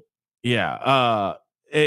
And my take isn't anywhere. So we could probably already establish who's going to win tonight's poll. But I think that my hot take is I think you saw who the San Francisco 49ers are going to be for the remainder of the season last night. They've been so beat up by injury. Obviously, the Christian McCaffrey injury at the top of the list, but hasn't been as detriment as we thought it would be, because in Kyle Shanahan's system, it looks like all you got to do is have somebody with a heartbeat in the backfield, and they're going to get you some numbers. But we saw Trent Williams come back healthy, even though he got rolled up on at one point in the game last night, and he's the best left tackle in football. Fred Warner looks like he's back playing to his true form again. Seattle's a really good team. We talked about it on Wednesday night. All three of us unanimously thought that Seattle was going to be a playoff team at the end of this season, and San Francisco went out and took on the 12th man head on and was able to basically vanquish the Seahawks early and just keep them at bay. And they've got a pretty tall task coming up in a week's time, where they have to take on the defending Super Bowl champions in a Super Bowl rematch out at Levi Stadium in Santa Clara. And I don't know, if you're Patrick Mahomes, yeah, you got to bye this week, but you also have to go up against that stingy defense in your first game back after the bye, where you've already thrown 6 picks on the season through 5 games. So San Francisco has the ability to come out and make a statement next week to basically, not that it matters in the NFL, but to some degree it does. That, you know, we are a legit Super Bowl contender again after the 3-3 start. I still think they win the NFC North.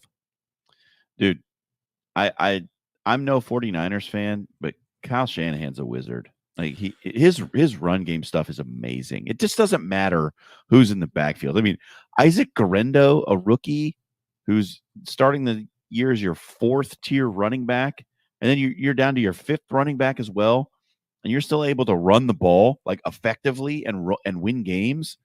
That's incredible. Like he's such a wizard with the run game, and for them to win that game with all the injuries that they have against a competent team. Now, Geno Smith did not look competent last night. He did not. Pretty awful for a Listen, lot. some of the best quarterbacks game. in the world look that way against the 49ers defense, though. But man, I was so impressed with their run game, given their running back situation. Without McCaffrey, without Elijah Mitchell, and then without even the third guy, it amazes me to no end. But I think this is why people were so enamored with the Christian McCaffrey trade and pickup from Carolina, though, right? Because it's that player who was doing what he was doing in Carolina in this offense. He's tailor made for it. And I'm sure Kyle Shanahan was like, they're giving us who for what?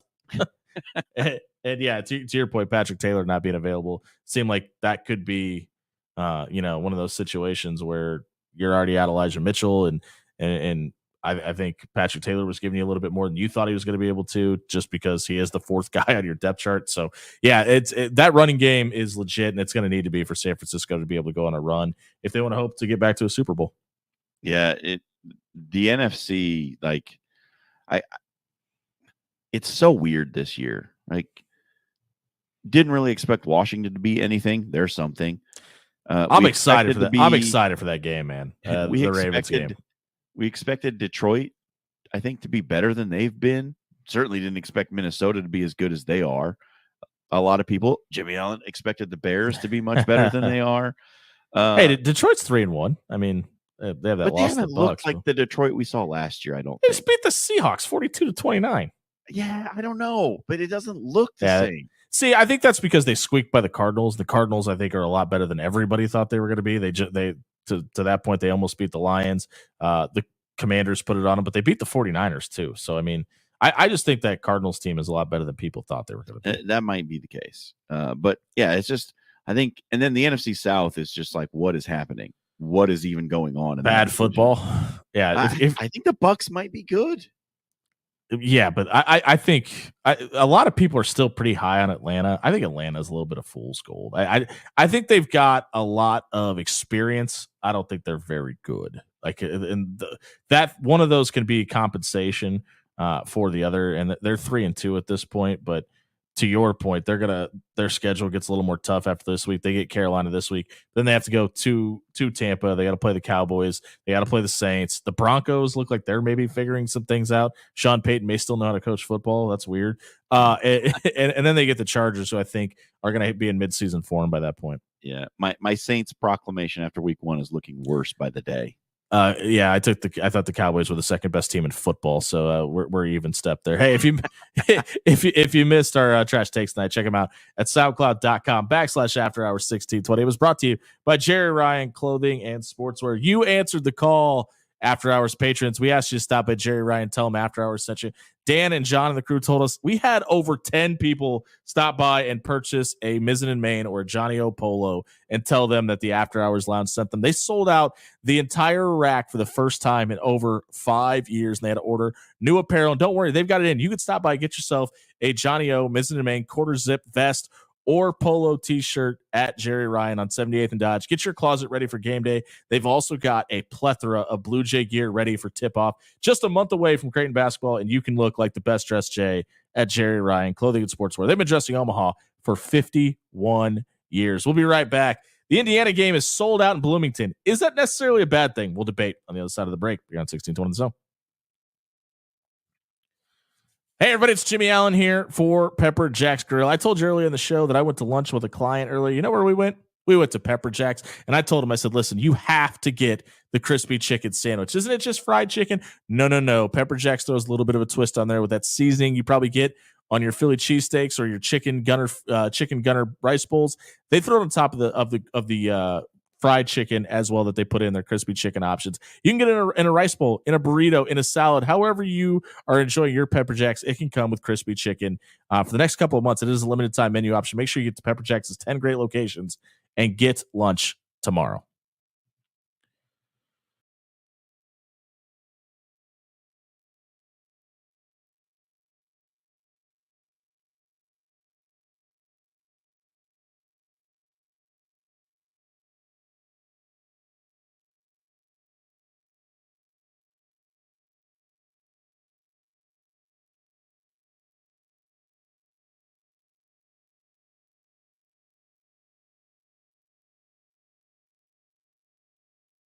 After spending another summer on your deck dealing with the harsh sunshine, hot temperatures, and all-around unpleasantness, maybe it's time to start thinking about upgrading your deck to something a little finer with Forsman's Finest Decks. Forsman's Finest Decks is pretty good at building covered decks or patios to give you more shade for cookouts, hangouts, or even enjoying the game on TV. Start by booking your new deck for the spring of 2025. Family-owned Forsman's Finest Decks are the finest decks you can find. Find Forsman's Finest Decks at forsmansfinest.com.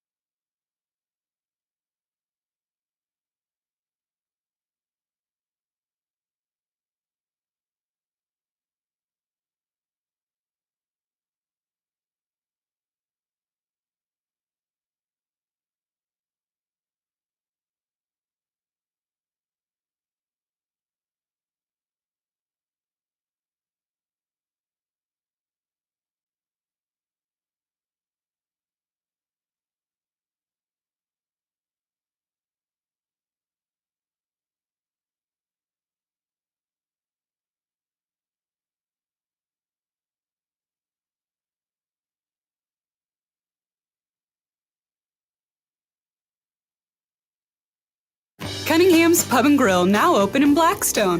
Signature smoked wings, one-of-a-kind sandwiches, wraps, burgers, and more.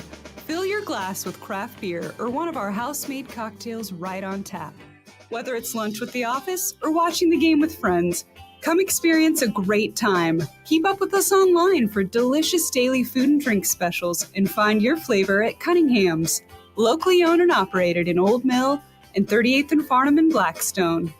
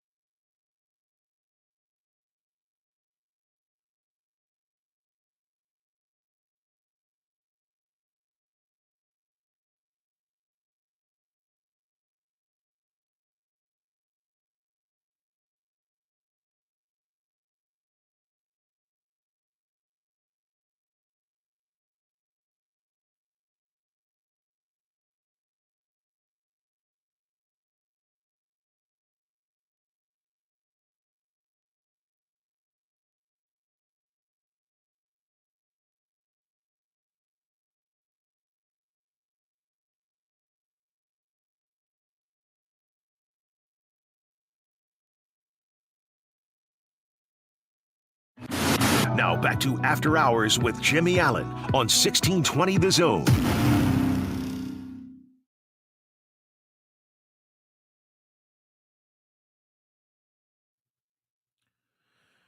Welcome back to the After Hours Lounge on a Friday night here, brought to you by Pyramid Contractors. They can do your roof, your windows, your gutters, your siding. They could do it all. If you're having issues with your home, check out pyramidroof.com and book a free estimate today. John Schreiner, Jimmy Allen, Dan Campen here with you on 1620 The Zone in a pre-recorded edition of the Lounge tonight. Not pre-recorded is the ticket sales in Bloomington. They're all sold out. You don't need to record anything. All of them gone. See ya. Out the door. The game for Nebraska, Indiana next Saturday is a complete sellout in a stadium that doesn't see a ton of sellouts over the years for Indiana. Do you think this is more Nebraska fans making the trek to Indiana, or the fact that Curt Cignetti has this program rolling right now and maybe some attention from around the Indiana parts? Yeah, I'm going to take a little of column A and a little column B and mix them around into a stew that makes a sellout. I think it means a lot of Nebraska fans are making the trip. I do think it means that.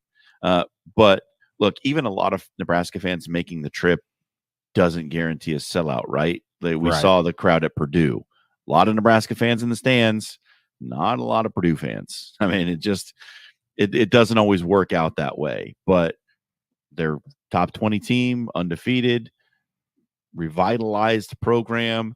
And look, Indiana's a state with a decent population base. You know, there's some decent sized cities. You have Indianapolis. Like there's enough of a base for Indiana that they shouldn't have as much trouble as they do selling out that stadium.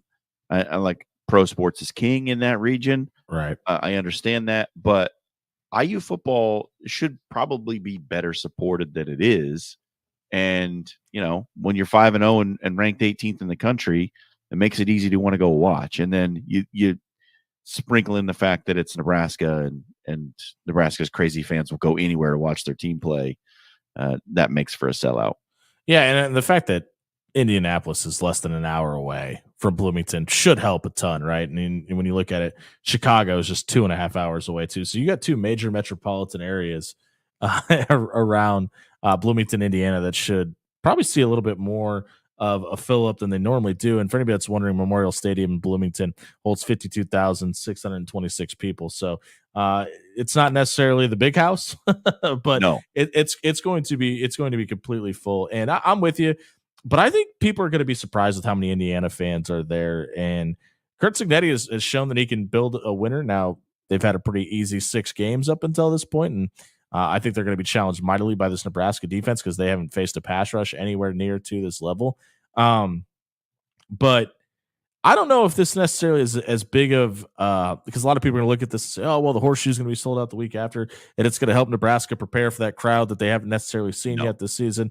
It's not. And for the reasons we were just talking about, it's probably going to be a 60-40 split. Like I think Indiana is going to be represented a lot more than people are expecting them to be. But I think 40% of that, and not necessarily people just making the trek from Omaha or Lincoln to Bloomington. There's a ton of Nebraska. There's 2 Nebraska bars in downtown Indianapolis. So there's a big Nebraska football following both in Indianapolis and Chicago. And I think a lot of those people circle this game every couple of years to try to make this trek to go out there. So I don't think this is going to be the partisan crowd that you're going to see in 3 weeks when Ryan Day brings his team to the Horseshoe to take on Nebraska. But it is like sort of maybe a good little mini warm up. Yeah, it's going to be much better than what we saw at Purdue. It's going to be a full house. It's not probably going to be that loud, but it's like, you know, we're on the road in a full building, so it's a little mini warm up. I guess it's an appetizer. This is your mozzarella sticks for the steak dinner that's going to be Ohio State. Yeah, and I'm interested to see how Dylan Raiola bounces back, right? I mean, he gets a bye week in this sense and just gets his second road game in his college career after playing playing his worst game of his college career up until this point, that one brutal pick that he threw right to the linebacker for Rutgers, and just his offense not really being able to get out of the blocks. This is kind of a show me game, not only for Marcus Satterfield, but in some ways for Dylan Raiola as well. Yeah, and it's also a really good offensive team, which Nebraska hasn't seen, right? I think Colorado's a lot better than we gave them credit for.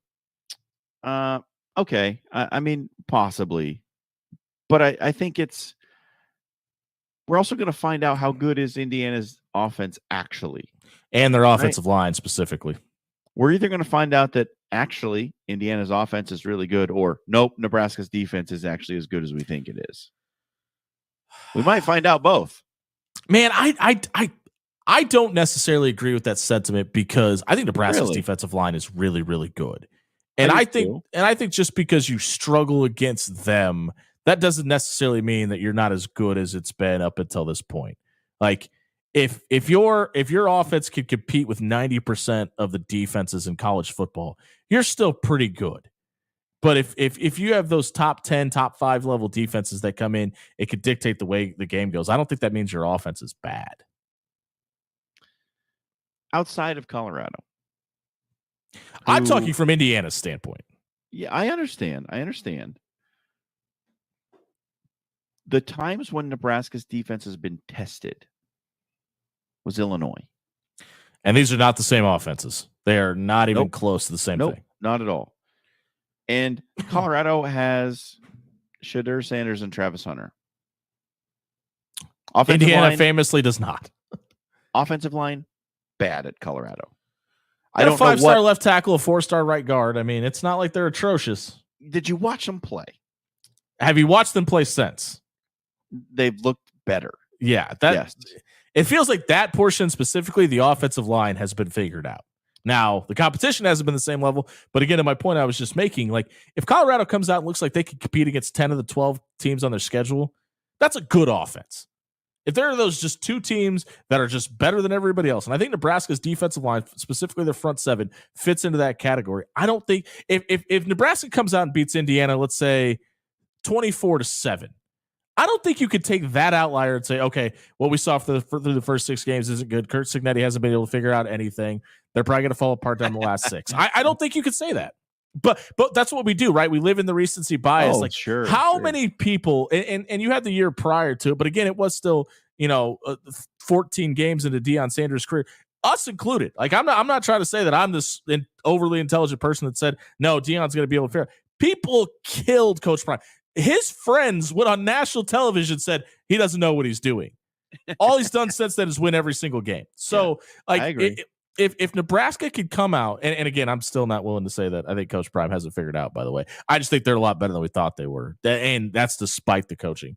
But I think of Nebraska, because it's about matchup style, right? And I think what Nebraska defends well is what Indiana tries to do. Now, I think if you're going to drop back 5-7 steps and try to throw it all over the yard and get quick release game and you're not going to run the football, I think that plays right into Nebraska's hands. I think what Illinois does and tries to establish the run, which Nebraska is going to see a lot more of after this game, that's what Nebraska's weaknesses are. And I think a lot of that is because they are so good at rushing the passer. And listen, that's what college football is now. There's such a benefit to throwing the ball downfield that, your Michigans and Illinois of the world are very far and few in between. Looking at it at Indiana's schedule, Jimmy, they're 5-0. They legitimately might finish 6-6.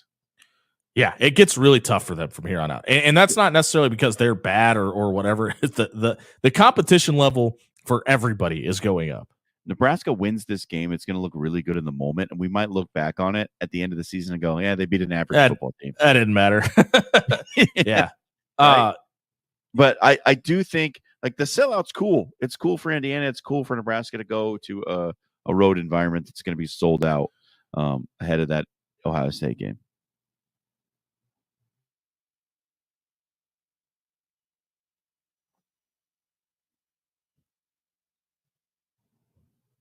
That's why I was like a little hesitant to put this game as the most important, just because I don't know if we know what Indiana is yet. Like, yes, Nebraska is a far bigger step in competition than anybody they've played up until this point. Western Illinois, Florida International, Charlotte, Maryland, Northwestern, etc.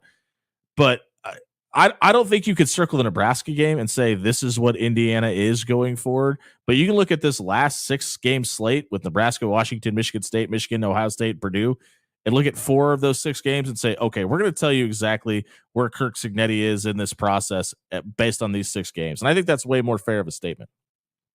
Yeah, I think that what Indiana has done up to this point is less relevant than what they do from this point. Yeah.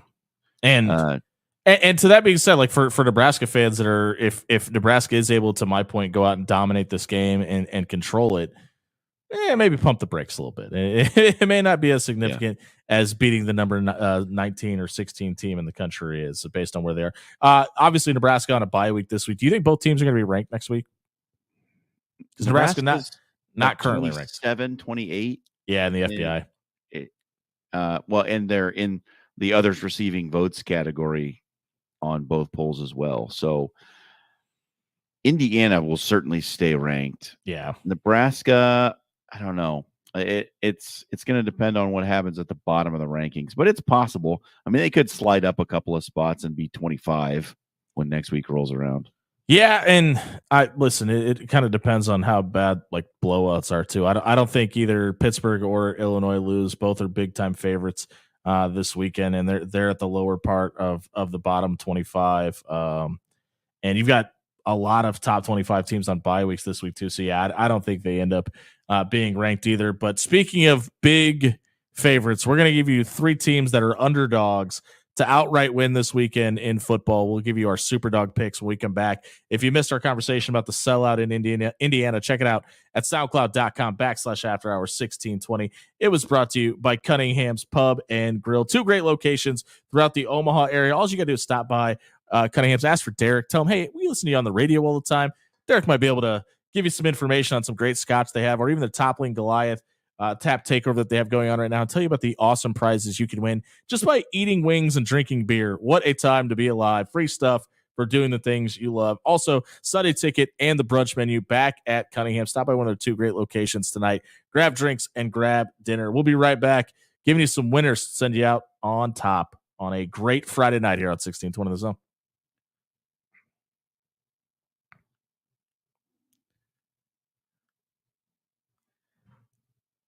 Hey, everybody, it's Jimmy Allen here for Forsman's Finest Decks. You know, it's spooky season. Halloween is right around the corner. And if you're looking out in your backyard right now while you're listening to us on your app and thinking, all I have in my backyard is a patch of grass and a little bit of cement, that's not enough. Enjoy the finer things. Have Forsman's Finest Decks come out, build your deck, put a cover on it, add that something your house has been missing. Head over to forsmansfinest.com and have your dream deck built this fall. Forsman's Finest Decks, building the finest decks in Omaha.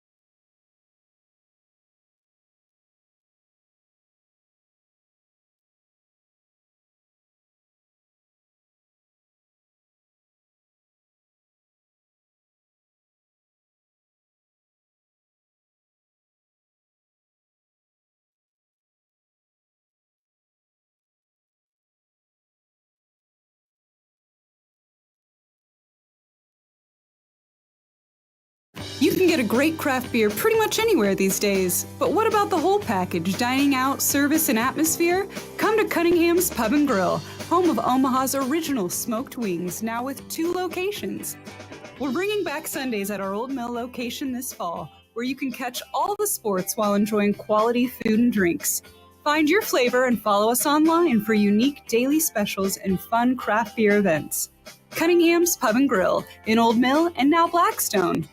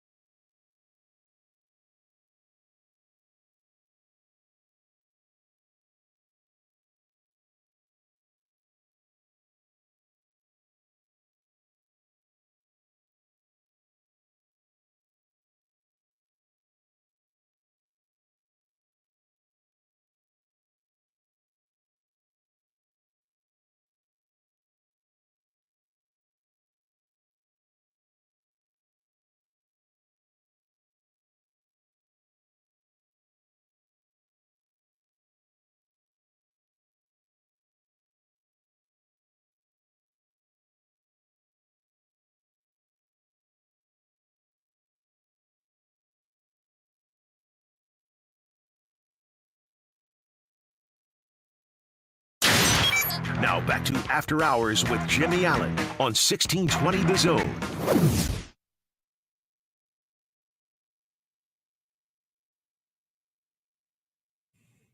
It is closing time here on 1620 The Zone as we wrap up the show tonight. Thank you to Bob Williams for joining us earlier in the program. Thank you to everybody who came along this 2-hour journey with us, brought to you by Pyramid Contractors. If you're starting to notice a little bit of fog showing up behind your windows, that's not supposed to happen. Get those windows replaced and don't go through another cold winter.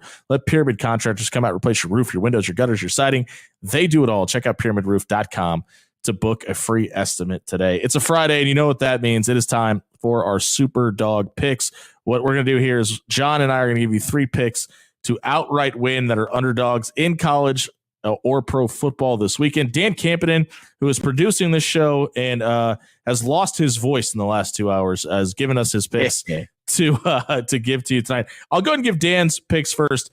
Jacksonville is in London this weekend.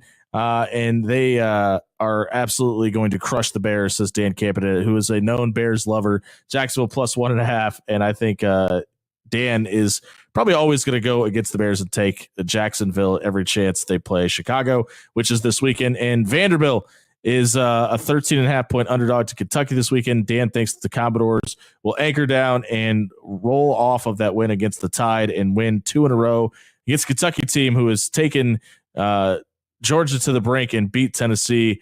He thinks their luck runs out against the Commodores. And Dan smartly is picking Central Michigan this weekend. And I will tell you why in my picks, why that is smart. John, do you want to go and give us your picks? I sure do. I'm going to play this one on easy mode this week, okay? Nice. You coward. San Diego State is a 1-point dog at Wyoming. Wyoming's not very good. They're coming off their first win of the season over Air Force. Air Force is also not good. That number is really surprising. Yeah, San Diego State at Wyoming. Take them +1. Take them on the money line. I think San Diego State beats Wyoming in this one. I didn't expect myself to think this when I saw the schedule, but I'm doing it. Iowa's going to lose to Washington. Washington's a 3-point dog at Iowa. Now look, Will Rogers can chuck the ball around the yard. That Washington offense is pretty good. Jed Fish can coach. People forget. They can't run the ball. They don't need to against Iowa because you can't run the ball on Iowa anyway. I think they're going to be able to throw in this game. I think Washington can beat Iowa as a +3 dog. Then I'll move over to the NFL. Why are the Colts underdogs to the Titans? I mean, neither team is good, but the Titans are worse. They don't have Anthony Richardson. That's a plus. Give me Joe Flacco +2.5 over the Titans. I'm going to start in the NFL. If this game is in 3 or 4 weeks, give me the Chargers. But the fact that the Broncos are playing the way they are right now, and I still think Jim Harbaugh and that coaching staff are still trying to get things figured out in LA. I think the Broncos are better equipped to win this game this week. They're at home against the Chargers as well. Give me the Broncos at home +3 to outright win. And I'm with you. I think Washington is going to beat Iowa, and for a different reason, though. For anybody that watched that Washington-Rutgers game, like, go back, if you didn't watch it, go back and watch it on YouTube today and try to figure out how Washington lost that football game. They should not. They were the better team throughout that entire thing and just couldn't get out of their own way. And that's not a Jed Fish coach team. They will have that figured out against Iowa. I think they not only beat Iowa, I think they do it pretty convincingly, like they should have against Rutgers. And to me, it's going to be a very similar structured game. And I think Washington just finds a way to get into the end zone, which is weird because we don't say that about a Phil Parker-led defense very often. But as we pointed out earlier, Dan took Central Michigan. Here's why that's a smart decision. They're +2.5 against Ohio tonight. Central Michigan leads this series all time 26-5. They're at home, and it doesn't make sense for them to be underdogs. The Bobcats are a very disciplined team, but there's just more athleticism for the Chippewas, and I think Central Michigan absolutely rolls. We talked about it earlier in the night, John. Your game tonight. It's Papio at Central, correct? Yeah, that's right. Give us your thoughts. We're probably going to be about halftime when this airs, but why? What are you excited about in this game?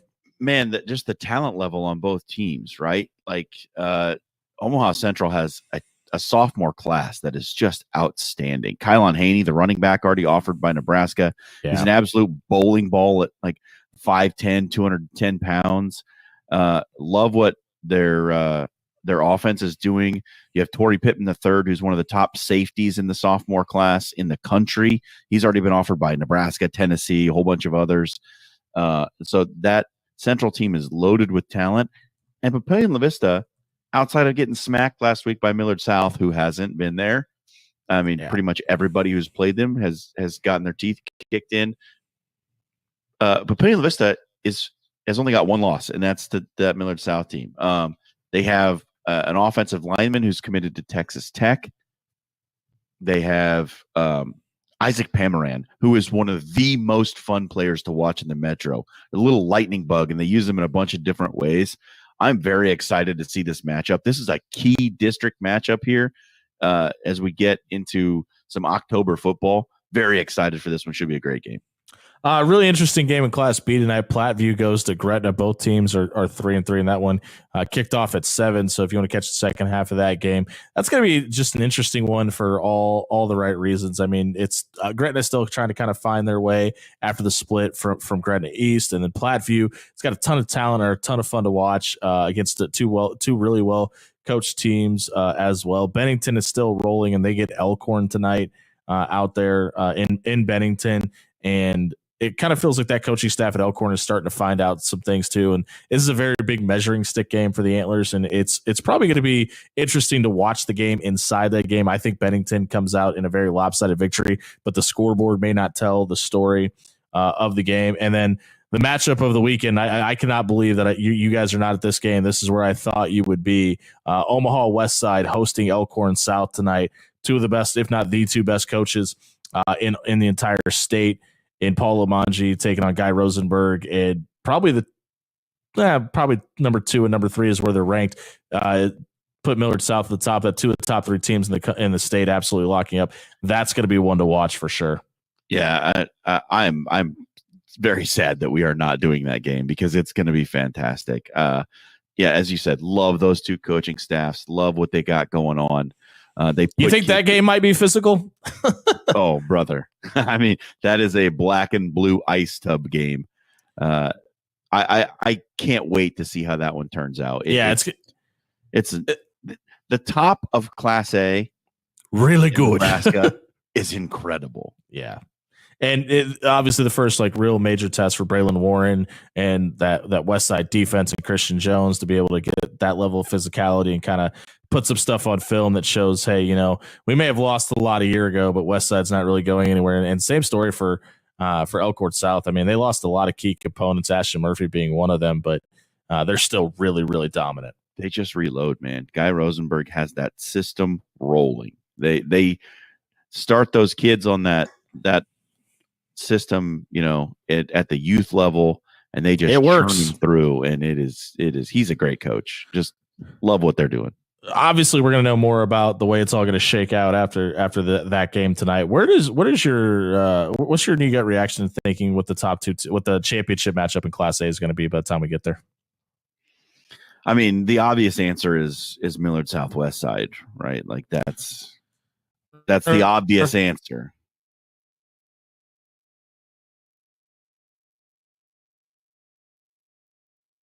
Who's going to have to, get through tonight, and that's going to be a big test for him. And you get a little more experience at the quarterback position with Madden Riggs at Elkhorn South. It's going to, this game is huge because the loser of this game probably ends up on the same side of the bracket as Millard South. Yeah, right. That's true. Yeah, as the 3 seed. So this could be to determine what's your path to the state championship game in Memorial Stadium between these two teams tonight. Yeah, it's crazy to think that we're not going to get that rematch this year between these two squads, because I think all people would have assumed that after last year's game. But Millard South being able to do what they did with the guys that they transferred in and the coach that they were able to hire has a lot to say about it. Do you think with the way it stands right now that Millard South is the team to beat? Oh yeah, yes. Millard South is a juggernaut. They are. There's number 1, large gap, number 2 and 3. They're just that good. They're so well trained. They're so talented. They're one of the best teams that the state of Nebraska has ever seen already. Wow. You think? Okay. It's so funny because when the season first started and they Millard South went out, was it Arizona, right? Where they went out Basha to High School, yeah. and they lost that game, and pretty convincingly, if I remember correctly, right? Like it was like 42-20 or something like that, 39-25. Wasn't that close. I had people texting me because they have kids on the team or whatever. Because we talked about it, we talked about how good they were going to be, and like, we knew this transfer thing wasn't going to work, and they're not as good as everybody thought they were going to be. No, they're pretty good. And that was just game number one. The other team that I'll say that you might want to watch out for, and I know they've already played Millard South, is Millard North.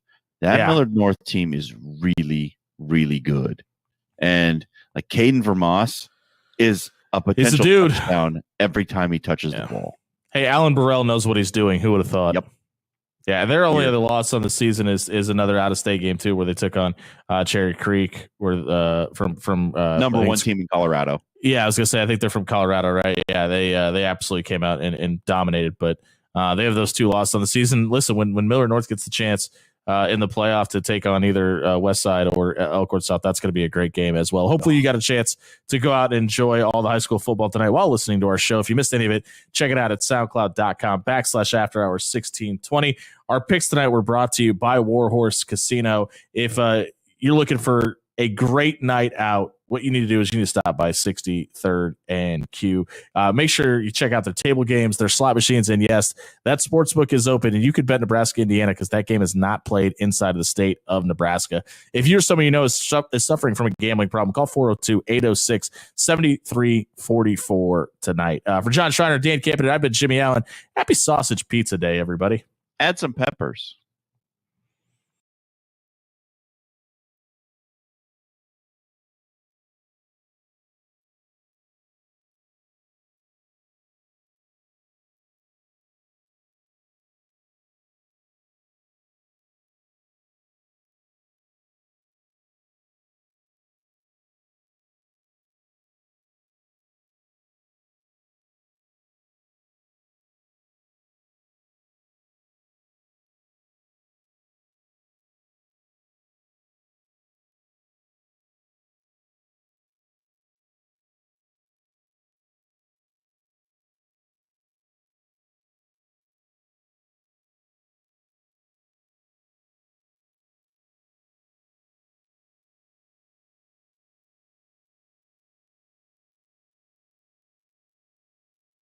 The leaves are on the ground and the footballs are in the air. That means it's time for a fall tune-up. Locally owned and operated with 18-month same-as-cash financing available, Controlled Comfort is your one-stop shop for all your HVAC needs.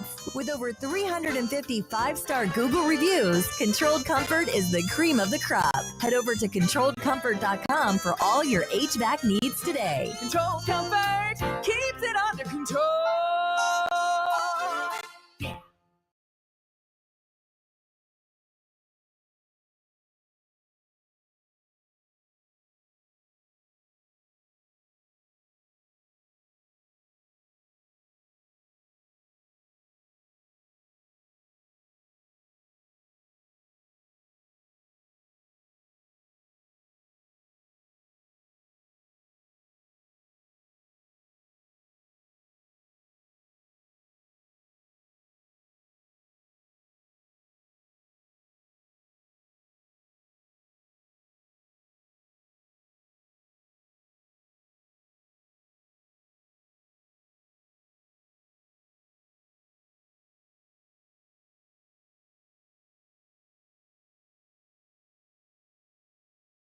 Cunningham's Pub and Grill now open in Blackstone. Signature smoked wings, one-of-a-kind sandwiches, wraps, burgers, and more. Fill your glass with craft beer or one of our house-made cocktails right on tap. Whether it's lunch with the office or watching the game with friends, come experience a great time. Keep up with us online for delicious daily food and drink specials and find your flavor at Cunningham's. Locally owned and operated in Old Mill and 38th and Farnham in Blackstone.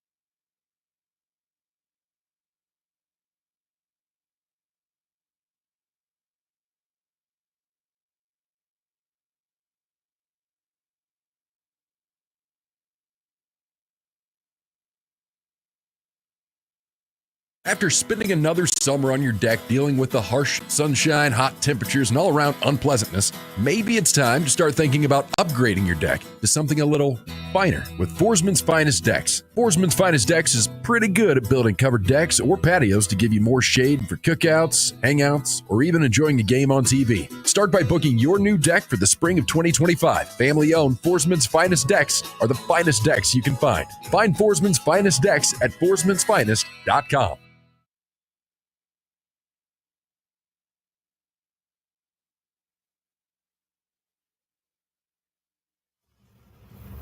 Oh, he's speedster. We got him and he's nice. It's like, oh, shoot, he's that guy. We can't pay him that money. And if he can go get that money from Miami, then go get it. If they're willing to give him that, then that's why we'll make a trade. But I just think, again, I do agree with you that this is kind of juvenile. But you know what happens when this is how you keep getting that tag of who Jamar Chase is going to be the next guy. He's already, because of this holdout this season, where, I mean, you are another diva wide receiver. Here they go. And Tyreek Hill now doing all this, the drama, being a diva. You got Devontae Adams. I want to play with this guy. No, I want to play with Derek Carr. No, I want to go back with Aaron Rodgers. And then what happened with Devontae Adams? He went to play with his college quarterback. How'd that work out? I'm with you. So I'm saying this is how his Hall of Fame career. That's a great point. And this is why that tag and that moniker sticks with him. And look, there are probably 100 receivers in the NFL, give or take. But the fact of the matter is, it's the star ones where you have these things happen, and it just happens to be Antonio Brown. And I'm worried about him in real life. Like, I don't know if he's all right, like real life, let alone football. But it's just where it happens, man. The best receivers is always something. CeeDee Lamb, now he's having issues, and him and Dak keep getting into it, and who knows what's going to happen this week. Big primetime